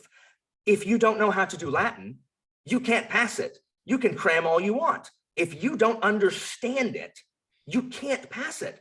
So they're like, Mr. Walker, how do I get my grade up? I'm like, you understand the material. They never come to me to ask me for help. A couple of them do, and then those kids do better. They will not do the work required outside of school. For 98% of my children, the only time they do Latin is when they're in my class. They will not do it any other time. And that's why their grade is bad. And they cannot, and then the parents email me and be like, I just don't understand why they have a bad grade. They study, like, I'm like, they don't though. Like, and I can't say your child is a liar. Your child doesn't study, I promise. Because if your child studied, they could not miss this easy, like if your kid can't tell me what Greek island Minos was the king of after having 2 weeks to go over that information, your child didn't study. Like, it's Crete. Right. I don't know how to make that easier. You just remember that it's Crete. Like, your kid didn't study. Please stop telling me that they did. Just, and you can't say your child's lazy. Like, I can't say your child is a lazy child. Right. And so I was already offering second bites at the apple to children that come up to me like, Mr. Walker, it has been a really difficult time. My parents are getting divorced, or I am just inundated with all this college stuff. Like, and I just failed that test. Like, I just didn't have time to study. Every single time I've been to that kid, like, look, don't worry about it. Like, you just study, give it another go next week. It'll be fine. Yeah. I was already helping kids who need it, but kids are using it as an excuse to not prepare, to go in and be like, oh, well, I'll just do the retake. And it creates so much extra work for me. Right. It creates a culture of not learning. And like I told you, for every class that they have where they just sit and watch Netflix, it makes my job that much more difficult. Yep. Because I'm constantly being like, guys, learn your vocabulary. They're like, well, I learned it for the test and then forgot it. I'm like, do you think that we're never going to use those words again, guys? That's what makes me the maddest, where I'm like, guys, you need to know your bloody words. When I'm standing up there like, okay, guys, and what does this mean? And I'm like, and I list 3 kids who I know, like, I'm like, y'all can't answer. Anybody else? And I just stand there and I'm like, guys. And then Philip, I have to say this. I have to say, if you don't know, pull out your notes and look it up rather than staring at me blankly. I have to tell them that. Well, it's not entirely their fault because it isn't their fault. It's not something they've been told before in many cases. We don't have, like you say, if you have a teacher who's on his cell phone talking about his private business during class. Philip, he makes them leave him 5-star reviews on Google. Oh, good Lord. Yeah, that is sickening. And that's a huge problem. So you're swimming against the tide when you're actually trying to teach, so yeah, well, I'm glad we got that off our chests. So what are you reading now? I love my students. I hate that I hate that the ones, because I wasn't good at STEM. I already suffer from this. My brother is equally intelligent, Yeah. but he is an engineer. And so Uh, my brother and I did not have the same difficulties in our adult lives. yeah. My brother is in charge of software at over all of software at our Navy base. Wow. My brother has an easier time than I do. But I love my brother. But I know how inferior I have felt my whole life, not being science and math, not being where I excel. Right. And so my heart breaks for these kids who are brilliant. They are brilliant children. These are kids who they both got double first and best in show at our regional competition, meaning they did better in their competition in both tests they took, and better than anybody else who took the tests in the different levels than anyone else at this this competition. Wow. And they're just not STEM kids. And it's just like, this is crap. Like, what? So it's just really frustrating. It's all about what we value. It really is. We should value education. We should, but the thing that I've found is that this BookTube thing is a kind of a haven, because we don't get the right atmosphere to celebrate literature and books and reading and storytelling at a lot of educational institutions. And we're able to do this. I mean, it's extraordinary that we can come here, be part of a community where people actually love books and love talking about books. And the number of people who have said, and I'm sure you've had comments like this too, like people who will say, I wish I had a class like this, when I was in college, or this was more interesting than my actual coursework. Thank you so much. And stuff like that. It's extraordinary what we've got here. It's, in a way, I feel like we're sort of seeking the kind of, and I don't know if this is true for you, you tell me, but I feel like in a way what I'm doing here is I'm seeking the kind of interaction that I really want, that I really desire in my classroom. And I get, because my students are wonderful, but the classes that, like I said, my fantasy novels classes died because nobody can take it, because of bureaucratic decisions. So I don't get to do that anymore. And so I've come here, and ironically, the thing that I made as a supplement to that course has become my main avenue for talking about fantasy literature in the way that I wanted to. So if they kill my classical studies class, that's literally what I have to do. I'm just gonna have to do it here. I'll just I'll just do all my lectures here, like on book, whatever. Like I love teaching those so much. It makes me I got to talk to them Monday and be like, what is going on, guys? Like, what is happening here? Yeah, I hope that goes well. Yeah, I really hope that goes well. Maybe it's a false rumor or something. It just seems so stupid. Oftentimes guidance sometimes guidance doesn't know it's what. I just need to go straight to the source, to the top of, and be like, hey, why is my course? And if they say it's because we need to make room for more like first year Latin ones, I'll say, no, I am not going to teach more first years. I hate first years. Please don't make me teach first year Latins anymore. Like, I took 3 of them. I usually teach 2. I took 3 of them this year, and I sacrificed advanced. And I hate that. It was the dumbest decision I've ever made, because I was like, I need fewer preps. That was dumb. 3 Latin ones makes me sad. I need an advanced class. Like, kids I've taught, like, I get to teach kids multiple years, which is my favorite thing about my job. Is sometimes I teach kids freshmen to seniors every year. You get to know them. You really get to know them. Yeah. And so that is my favorite part. And that's also the most depressing thing about teaching, is when they leave. And it's just like, that's just so strange. I am no longer a part of these kids' lives. Yeah, I've I guess made a mark. I have to hope that I did, but you did, Alan. I promise you that those kids who are with you 3-4 years, they're going to remember you for the rest of their lives. Yeah, I remember my high school. Look, my high school Latin teacher, her name was Thelda Graves. Nice. Graves. Magistra Graves.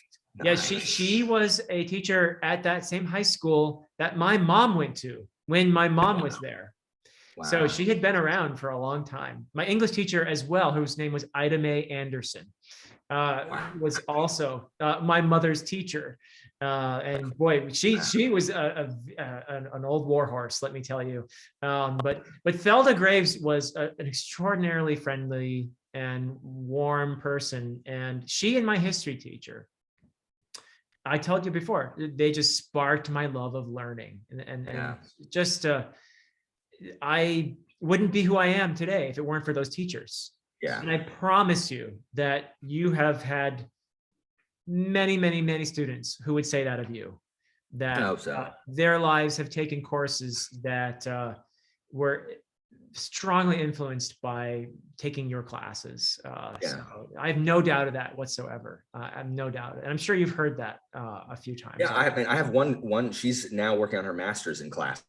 She went and studied classics, and I have one of my current ones is going to minor in classics, which always makes me happy. Like when someone's just like, you know what, I'm going to continue. I have had a bunch take history as a minor because of my classes, which is freaking awesome. Yeah. Like, good for y'all.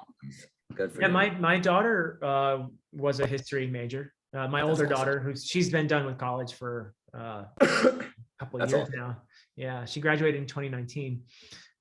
So yeah, she was a history major, environmental studies minor, and now she's becoming a teacher. So yeah, but yeah, it's a very rewarding career. But our current moment in our particular country, it's a very frustrating time, I think.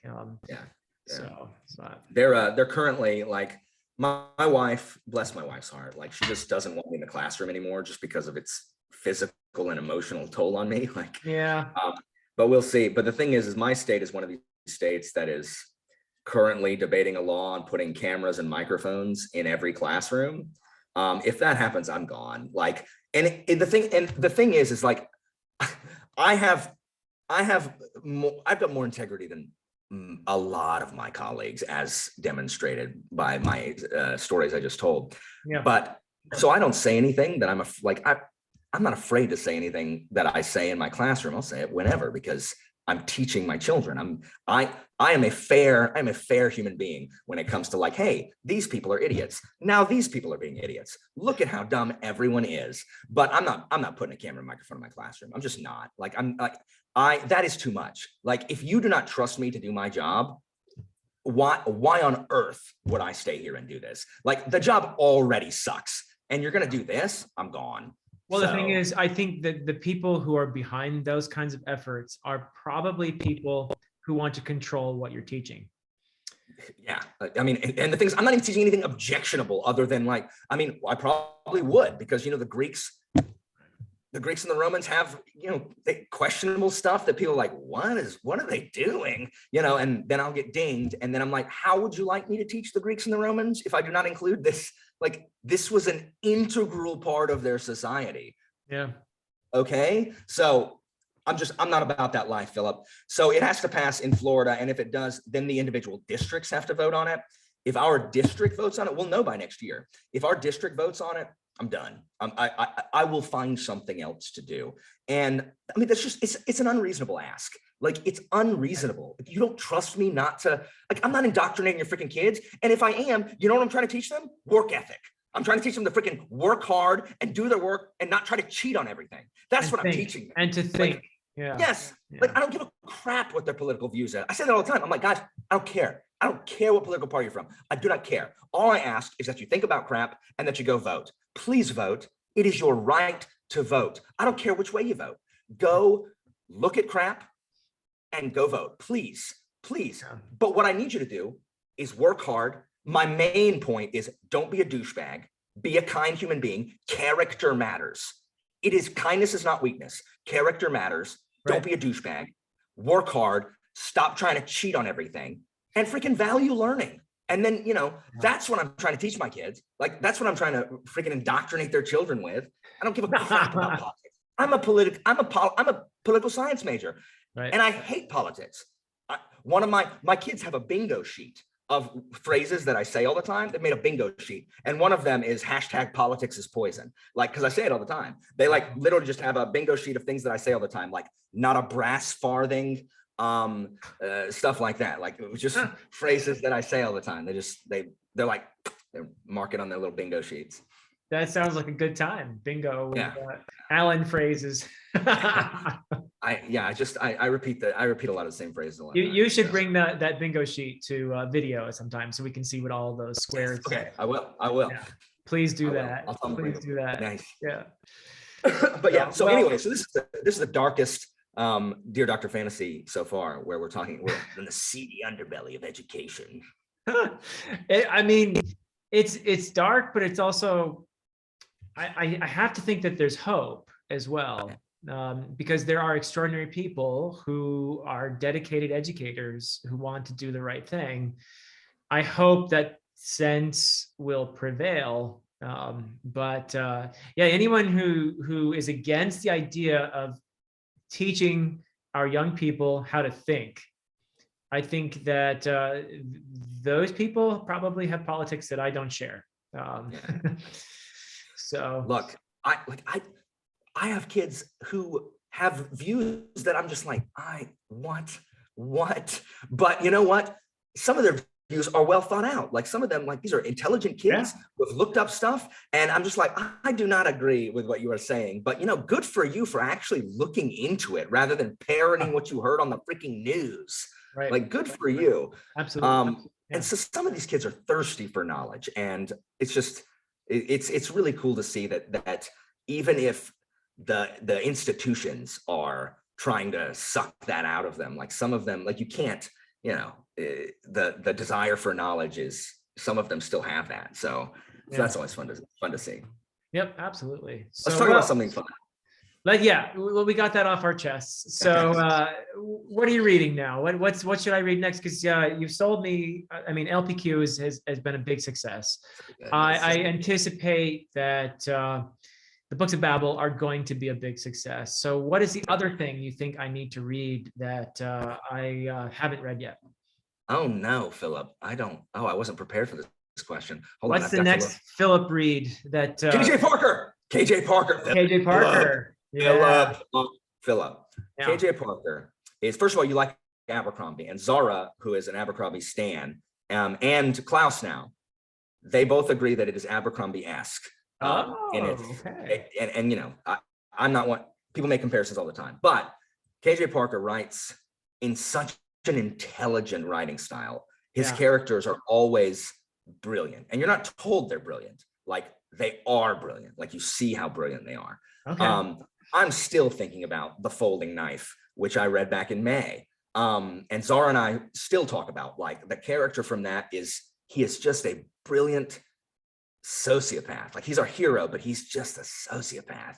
Cool. But he is so intelligent. And, Parker writes about the inner workings of politics or banking. One of them is the inner workings of alchemy. I'm just like, I have never seen more alchemy information in my entire life here.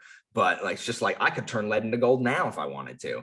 But they're always really, he has a very cynical worldview. He shows man at his absolute, like if man did not have conscience to stop him doing the things that he wanted to do, right? Those are KJ Parker people. But they're really good. Like it's also funny. So it's wryly cynical, if you will. It's just like nothing else I've ever read. And Folding Knife is exceptional. And The Company, which I just read, was, Zara said it's one of the darkest books she's ever read. Like darker than Abercrombie. Like really, the evils of these people, they're not supervillains. They're just the absolute worst of our baser instincts. And not riling a mob up, just like, what if we literally didn't care about other people and only did like what was good for us? This is the mirror that Parker is holding up to, like, this is what society looks like if people literally, just the petty evils that men can do is, and it's sort of really good. That sounds like 1984 levels of depressing. And they have various levels of hopelessness at the end. The Folding Knife is one of the more hopeful ones, where you don't feel. The Company is much more like, man, and then The Hammer is like, man. A lot of times you finish and you're just like, well, that's depressing. That was really good. That's depressing. But it's never like, oh, it's not like people leaning against the walls and look how gritty and realistic this world is. Right. It's more like, oh, and then he went to the, and then these bandits, they escaped from the ship, and they immediately made their way to the treasury, where they posed as gods, and then went inside and stole the money and carried it back to their ship and then sailed away. And this sparked a war, things like that. It's just I've never read anything like KJ Parker ever, but I know that you would appreciate it. I am confident. I'm confident. I have a viewer, probably I would guess he's one of yours as well, Rob Paul, who's been recommending KJ Parker for a long time. He's and I trust his taste a lot. He's very well read. And KJ Parker, he's a brilliant. It's clear. When you read something, you're like, clearly the author is also brilliant. Like, you just can't talk about these things in this way unless you are. I feel like when I'm reading Terry Pratchett, I'm like, Pratchett he's just a genius. This is like Pratchett with like a worse outlook on life, really. It's just like a more cynical, depressed Terry Pratchett. Like, it's brilliant and not as much wordplay, but okay, I was going to ask about the wordplay and the humor. No, there is humor, but it's not wordplay humor. It's just humor of, I don't know. It's so hard to describe. It's just so hard to describe. Some of the humor is like comedy of manners type humor, while set in just this really cynical place. I don't know. Once you read The Folding Knife first, and then when you read that, you will understand everything I just said, and hopefully you will have an easier time articulating it than me, because it's so hard to describe, but it's exceptional. And that's a standalone. Folding Knife's a standalone. So okay, that's awesome. Yeah, I will definitely read KJ Parker someday. I can promise you that. He's on my long-term TBR, absolutely, because Rob has been telling me about him as well. So nice. But yeah, so you mentioned Abercrombie, and I know the whole world is pushing you to read First Law. I need to. Well, you don't need to, but everyone wants you to. So I know. Is that a weird thing? Is like all this pressure coming for you to read First Law? Or? I mean, I am I'm stubborn. Where if people want me to do something, I don't want to do anymore. But it's really just the fact that I'm trying to finish series that I've started that I really want to read. Yeah. And I keep running into things that are stopping me from doing that. And so I'm trying to finish those. Like series I'm trying to finish is Spellslinger, which is Sebastian de Castell's younger adult series. Okay. Which I read the first book back in I think March of last year. So I'm a year out. So I'm going to listen to that one on audio. I got to finish that. I need to finish Dagger and Coin. I'm on book 3. I need to finish The Raven's Mark by Ed McDonald. The first book is Blackwing. It was exceptional. Okay. And I think those are and I'm trying to finish Shadows of the Apt, which is 10 bloody books. And I read the first 4 as a read along, and I just can't find time to read the 5th book. So I'm trying to finish those desperately, while also starting another channel read along, trying to read Mistborn Era 2 before this new one comes out, because I have such FOMO, Philip. I don't like being I've been left out in the cold on every other major release. One day, an author that I really like is going to release some high profile something, and finally I'll get to be part of the cool kids. One day. Instead, I just have to sit by like Dune, Miss Dune, Wisdom of Crowds, Miss Wisdom of Crowds, Miss Rhythm of War. I'm like, wait. There's one coming up. So John Gwynn's The Hunger of the Gods. Yes, Yeah. Like everyone is reading the arc of that. I'm like, I don't have time. I do not have time. I do not have time to read that. I'll read that arc right now. I'm gonna have to wait till, and then it comes out in April, which is my busiest month now. And I'm just like, when am I gonna read this? Philip, I need people. It's just gotta stop. It's gotta stop. And I'm trying to read this month. I'm trying to read God Is Not Willing, which will be my first Malazan book I've read since last January. Yeah. Crippled God was the last one. I am excited for you to read that. Not that I'm putting no pressure. I'm not putting any pressure on you, but I am excited. I've heard that it's short, which I know. 2, it has the Marines. It heavily features the Marines. Exactly.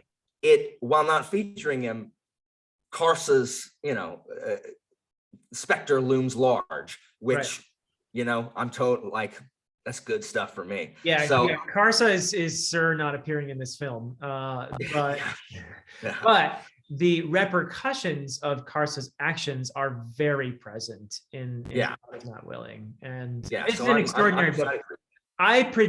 I will boldly predict. Actually, it's not even bold. I know you're going to love this book. I think all the things that you mentioned, plus there's a certain character I predict is going to be very moving for you to read about. Okay, very cool. Very cool. And I think you're gonna love this book. It has everything in Malazan that you love, plus it has certain themes that I think will resonate with you, and certain character arcs that I think will they're going to hit you the right way. It's for me, it's Steven Erikson is lost none of his touch from the Malazan Book of the Fallen, and it's in a more condensed form, if you will. I mean, it's as you said, it's under 500 pages. So. Yeah. Well, yeah, and currently, I'm trying to get to it, but currently, like I got a freaking really cool opportunity. Like an author, like I reached out to an author that I really like, and was like, hey, like what's the status on like the next book? Like, like I love this thing you just released. Like, what's the status of the next book? And he asked me if I wanted to read it pre-arc status. Whoa. Because him and his editor have gone back and forth and like can't really look at it through fresh eyes.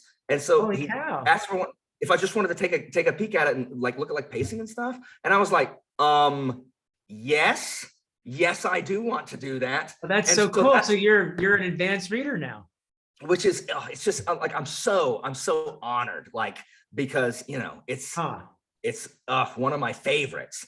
And so I'm desperately, but the thing is, this week has been so nightmarish. So I have not been able to read as much as I want to. So I just feel like I'm dropping the ball. Like I've got like, like I'm getting a unique opportunity. Like I need to focus and get this done so I can respond.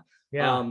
But I'm loving it so far because it's everything I like about this. Oh, that's extraordinary. So, I will expect to see you in the acknowledgements of this book, perhaps. I mean, maybe. It's just I'm so excited, Philip. I'm so excited. And then I get to read God Is Not Willing, which I'm excited about. And then I'm going to read, well, I may not read God Is Not Willing next. I think I'm going to read Dagger and Coin 3 next, which book 2 was fantastic. I read it in like 3 days. And then it's God Is Not Willing. And then I have KJ Parker novellas. So I got like it's a pretty good month. Good stuff this month. Like it is excellent. And spring break is coming up. I'll have time during spring break to read. So I just got to get through this next week. And it's good stuff. Yeah, that sounds extraordinary. Yeah. Yeah. I think you're gonna have a good reading month. I hope so. I also think that there's just don't let the pressure ruin the experience. I've had months where I couldn't do what I said I was going to do, what I set out to do.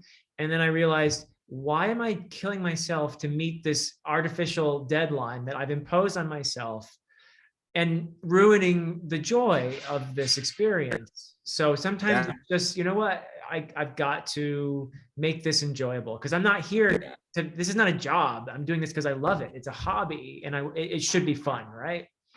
That's the intense amount of pressure I put on myself to get videos out.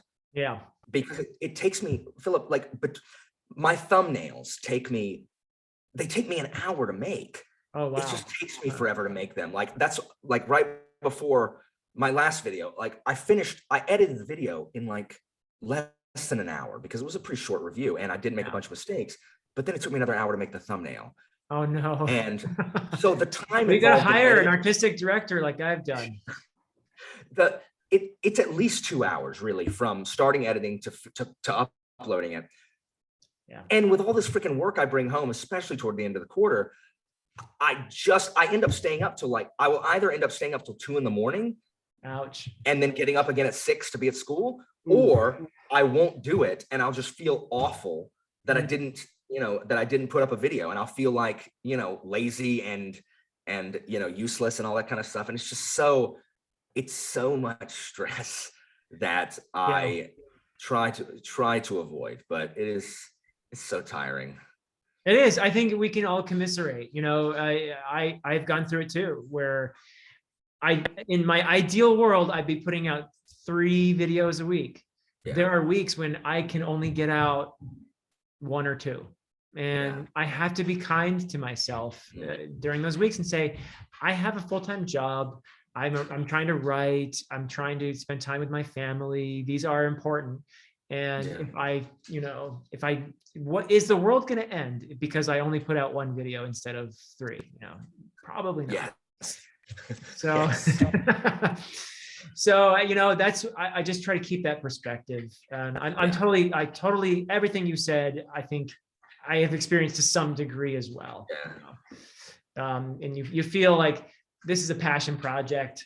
I want it to go well. I want it to do well. I feel conscientious about it. I have viewers who maybe, maybe they'd be disappointed if I didn't come out with a video, and so you feel a little guilty about that. But I think it's important. And then that doesn't even count collaborations. Like collaborations, yeah, those are extra things that you don't plan for that take, chunks of time, but those are the most fun. So, yeah, they are. But you do feel a sense of obligation that I need to get this done at a certain time because people are relying on me. Yeah. But I think we all get it. And so if we were in a collaboration and you were to say to me, "Oh, Philip, I'm sorry, I didn't finish reading. I had, work was crazy." I'd be like, "No problem. It's fine. We're doing this for fun, and it shouldn't be a situation where you're feeling guilty and bad about, not being able to make a deadline." So, but it's funny how much pressure we put on ourselves. But it's a balance. There's a work-life balance, I guess, and it's and I have the encroaching horror of turning 40 in 2 weeks. Well, I can't. Let me just tell you this: as somebody who's a decade older than you. Oh, Philip. No. Let me just tell you, the 40s are the best. The 40s are Philip. awesome because your body hasn't really started falling apart yet. And you have accumulated all this wisdom from the previous decades that will make you a much smarter, more content person. Forget about midlife crisis. You won't have that. You're just going to have a great time enjoying the fruits of the wisdom you've accumulated. But there's a 4 in front of my age now.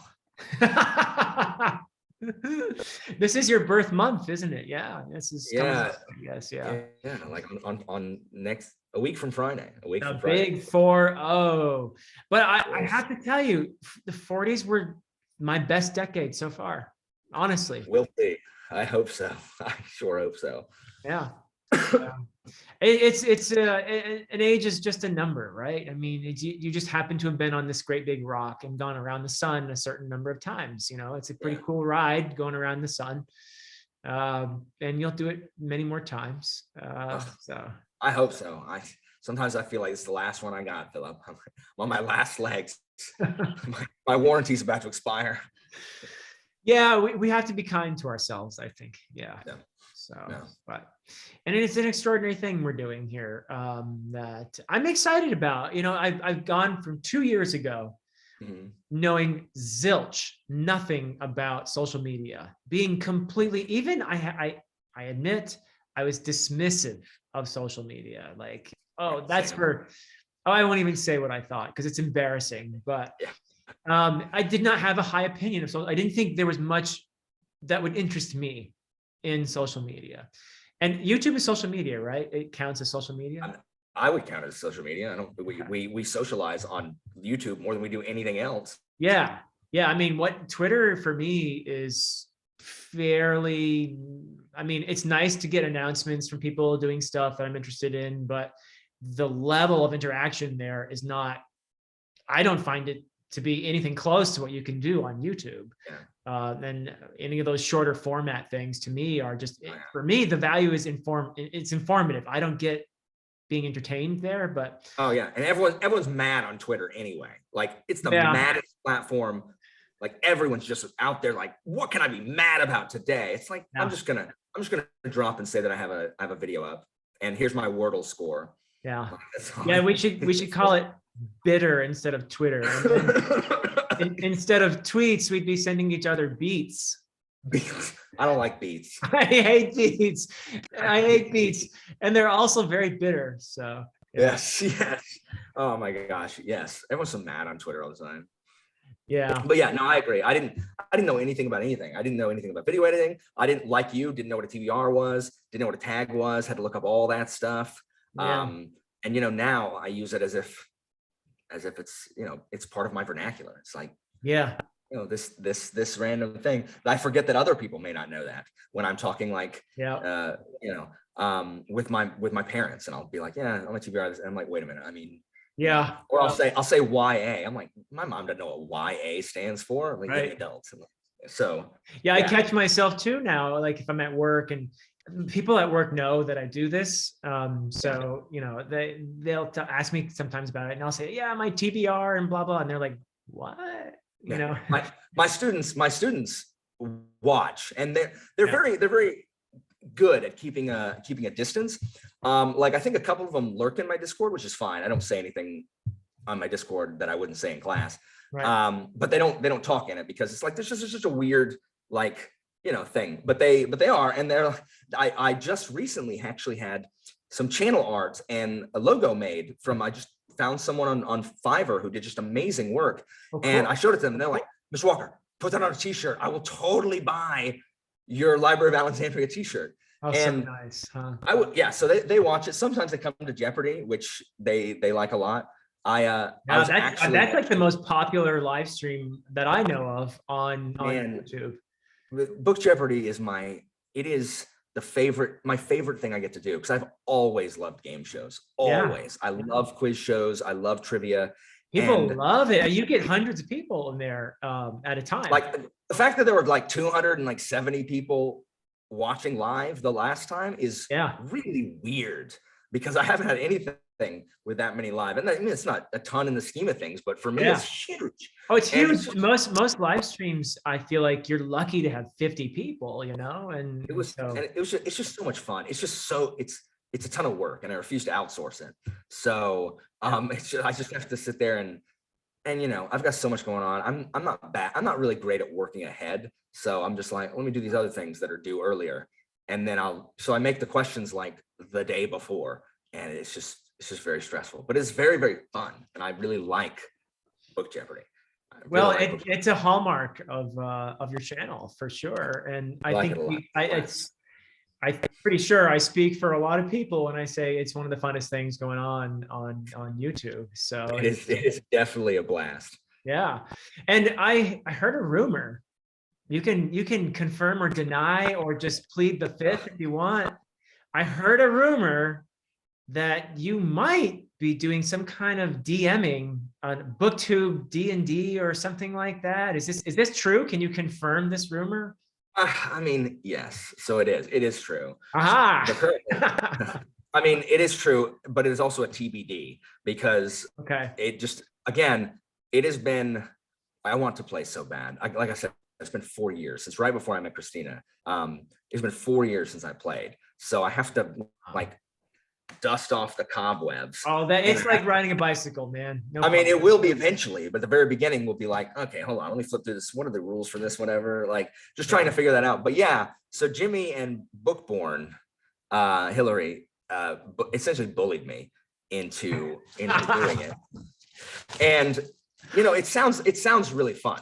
So I'm definitely going to. It's just going to take a minute while I probably in the summer when I'm less slammed by all this crap. But I definitely want to. And currently it's just me and Hillary. Obviously there's going to be more people, but it's just me and Hillary and Jimmy currently. Because I haven't even thought about, because there's always a like D&D groups. There's a dynamic that one must have, because like you can't have people who are just in it for loot and stats.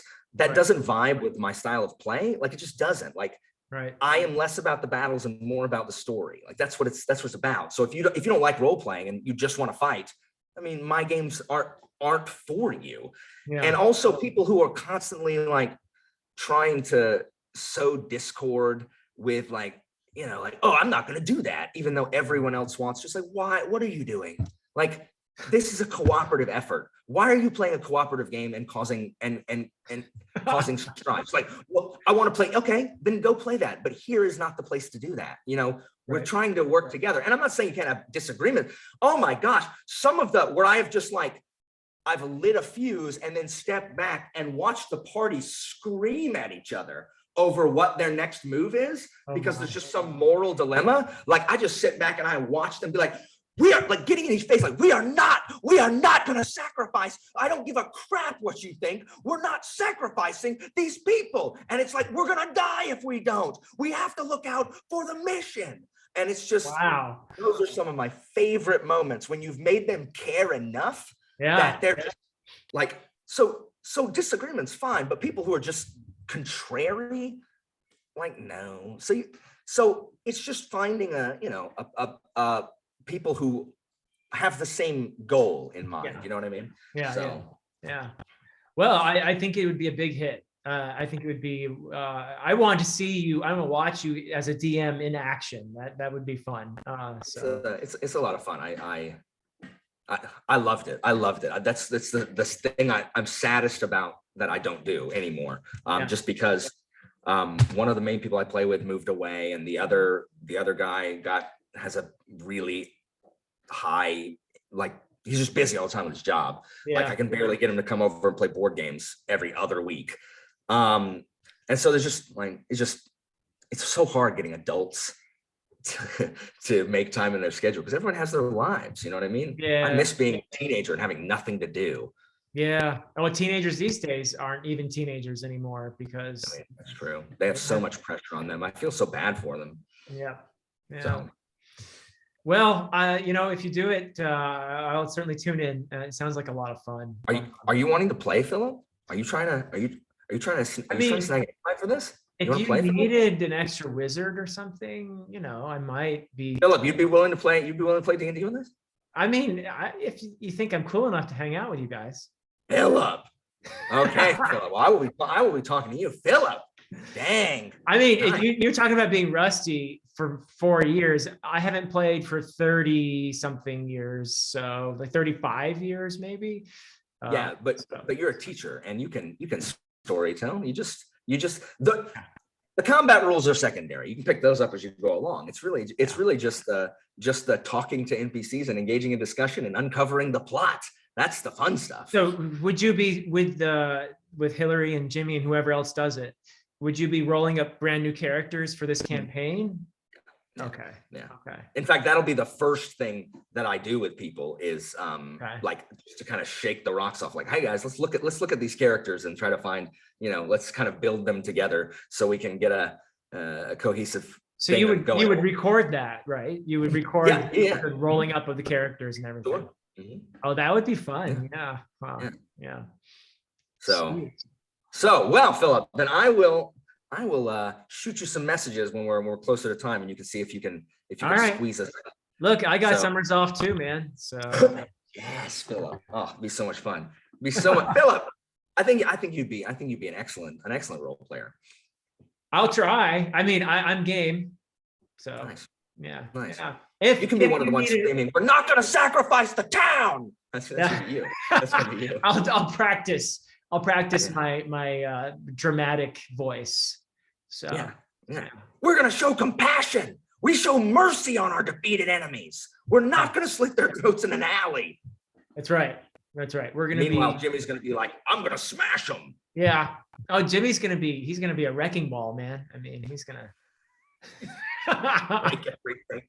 Oh, Jimmy's the wild card. Like, I think Hillary's going to be, I think I know, like, Hillary, I think with Hillary, I'm going to struggle with making sure I get the rules right. She's going to be like, well, that rule. I'm be like, look. I think Hillary just has an extensive knowledge of the rules, and I think Jimmy is just going to be the wild card where Kraft is just going to go. I'm like, Jimmy, not that way, Jimmy, and then I've just got to arrange everything.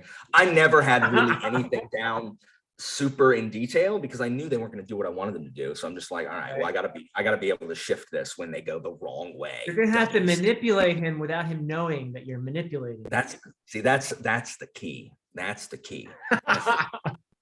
You just look, if you need a PCs to go somewhere, you just make sure an NPC that they really, really like needs them somewhere, and then they'll go. Ah, They'll always go after the PC they care about, rather than, even if there's like treasure the other way, they're like, no, he needs us, let's go. I'm like, I mean, you don't have to, but he did request your assistance. Who knows what'll happen? And they're like, oh, we yeah. can't risk it, but then they'll go, you know. Ah, okay. Well, let's not That's give away right. too many secrets here. So. Oh, there are many tricks, Philip. That is one of a myriad tools in the DM bag of holding. Wow, nice, nice. Okay. This has been a blast, Philip. Thank you for having me on your Yeah, show. and this has been a lot of fun. I've long looked forward to the opportunity to. I mean, we did the Discworld. We did the guards discussion on Yes, your that was so channel. fun.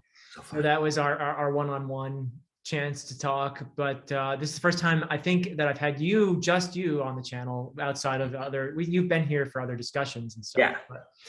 But this is the first time we've had a chance to really just sit down and chat about whatever, and it's a lot of fun. And I hope we'll get to do this again sometime soon. Yes, absolutely. Anytime, Philip.